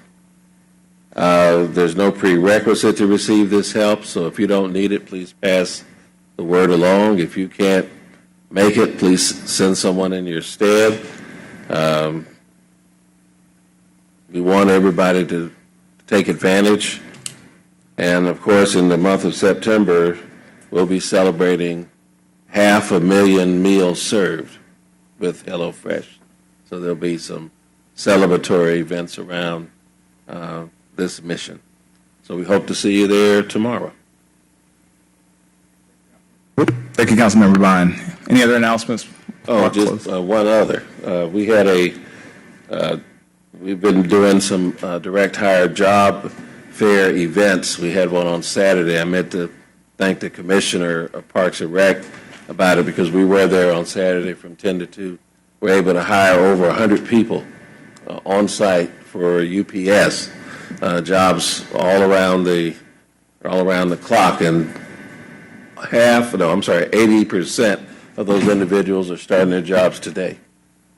So we'll be doing it again as the holidays approach. So people, please look for that and spread the word. Thank you so much. I have a couple quick announcements. The first one, this was just finalized today, but Community Development and Human Services Committee, jointly with Finance Executive, will be doing a work session around tax allocation districts. It'll be next Wednesday, August the 31st, 11 o'clock a.m. right here in Committee Room 1.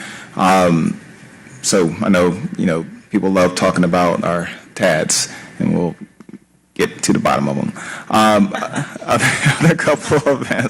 Other announcements that I have. One, the next City Council meeting will be on Tuesday, September 6th, which will be after the Labor Day holiday. So we won't be meeting next Monday. It'll be the following Tuesday because of Labor Day. And then lastly, the third quarter comprehensive development plan amendments public hearing will be on Wednesday, September 7th at 6 o'clock p.m. in the Atlanta City Council chamber. I really would love my colleagues to join me for that because those are always fun times. It is September the 7th at 6 o'clock p.m. in the council chambers. No worries. All right, with that, I'll go ahead and move to adjourn.